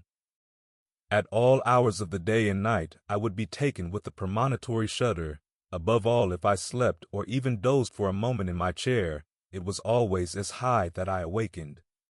Under the strain of this continually impending doom, and by the sleeplessness to which I now condemned myself, even beyond what I had thought possible to man, I became, in my own person, a creature eaten up and emptied by fever, languidly weak both in body and mind, and solely occupied by one thought, the horror of my other self. But when I slept, or when the virtue of the medicine wore off, I would leap almost without transition, for the pangs of transformation grew daily less marked, into the possession of a fancy brimming with images of terror, a soul boiling with causeless hatreds, and a body that seemed not strong enough to contain the raging energies of life. The powers of Hyde seemed to have grown with the sickliness of Jekyll, and certainly the hate that now divided them was equal on each side. With Jekyll it was a thing of vital instinct. He had now seen the full deformity of that creature that shared with him some of the phenomena of consciousness, and was co-heir with him to death.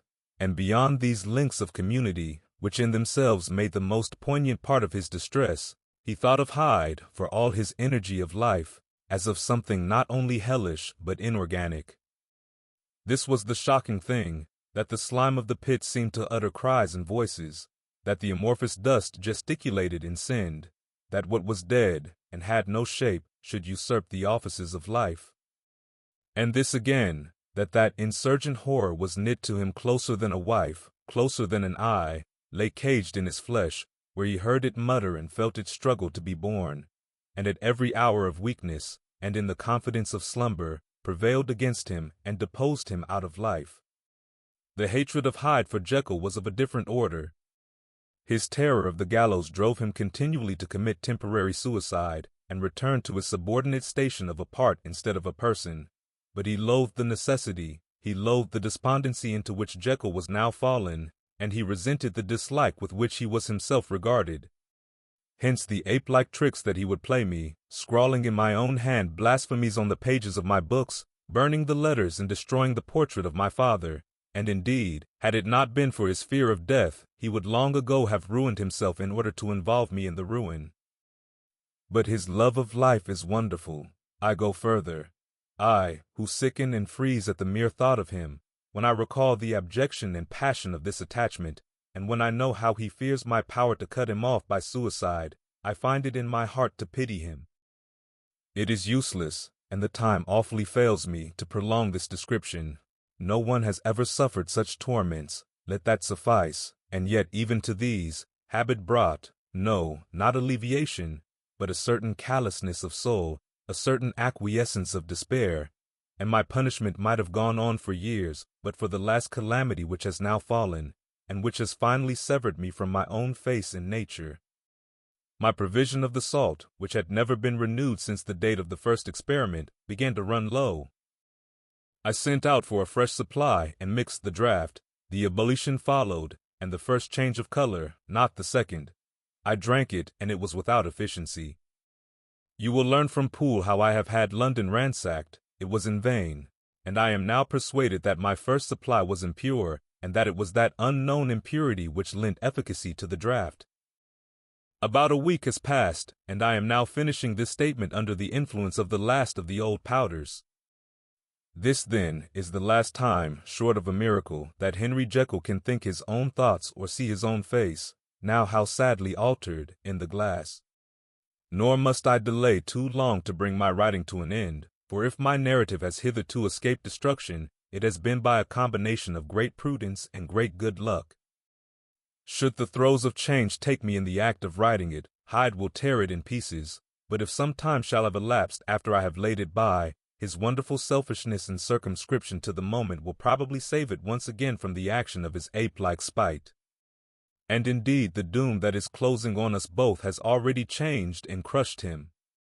Half an hour from now, when I shall again and forever re-endue that hated personality, I know how I shall sit shuddering and weeping in my chair, or continue, with the most strained and fear-struck ecstasy of listening, to pace up and down this room, my last earthly refuge, and give ear to every sound of menace. Will Hyde die upon the scaffold, or will he find courage to release himself at the last moment? God knows. I am careless. This is my true hour of death, and what is to follow concerns another than myself. Here then, as I lay down the pen and proceed to seal up my confession, I bring the life of that unhappy Henry Jekyll to an end.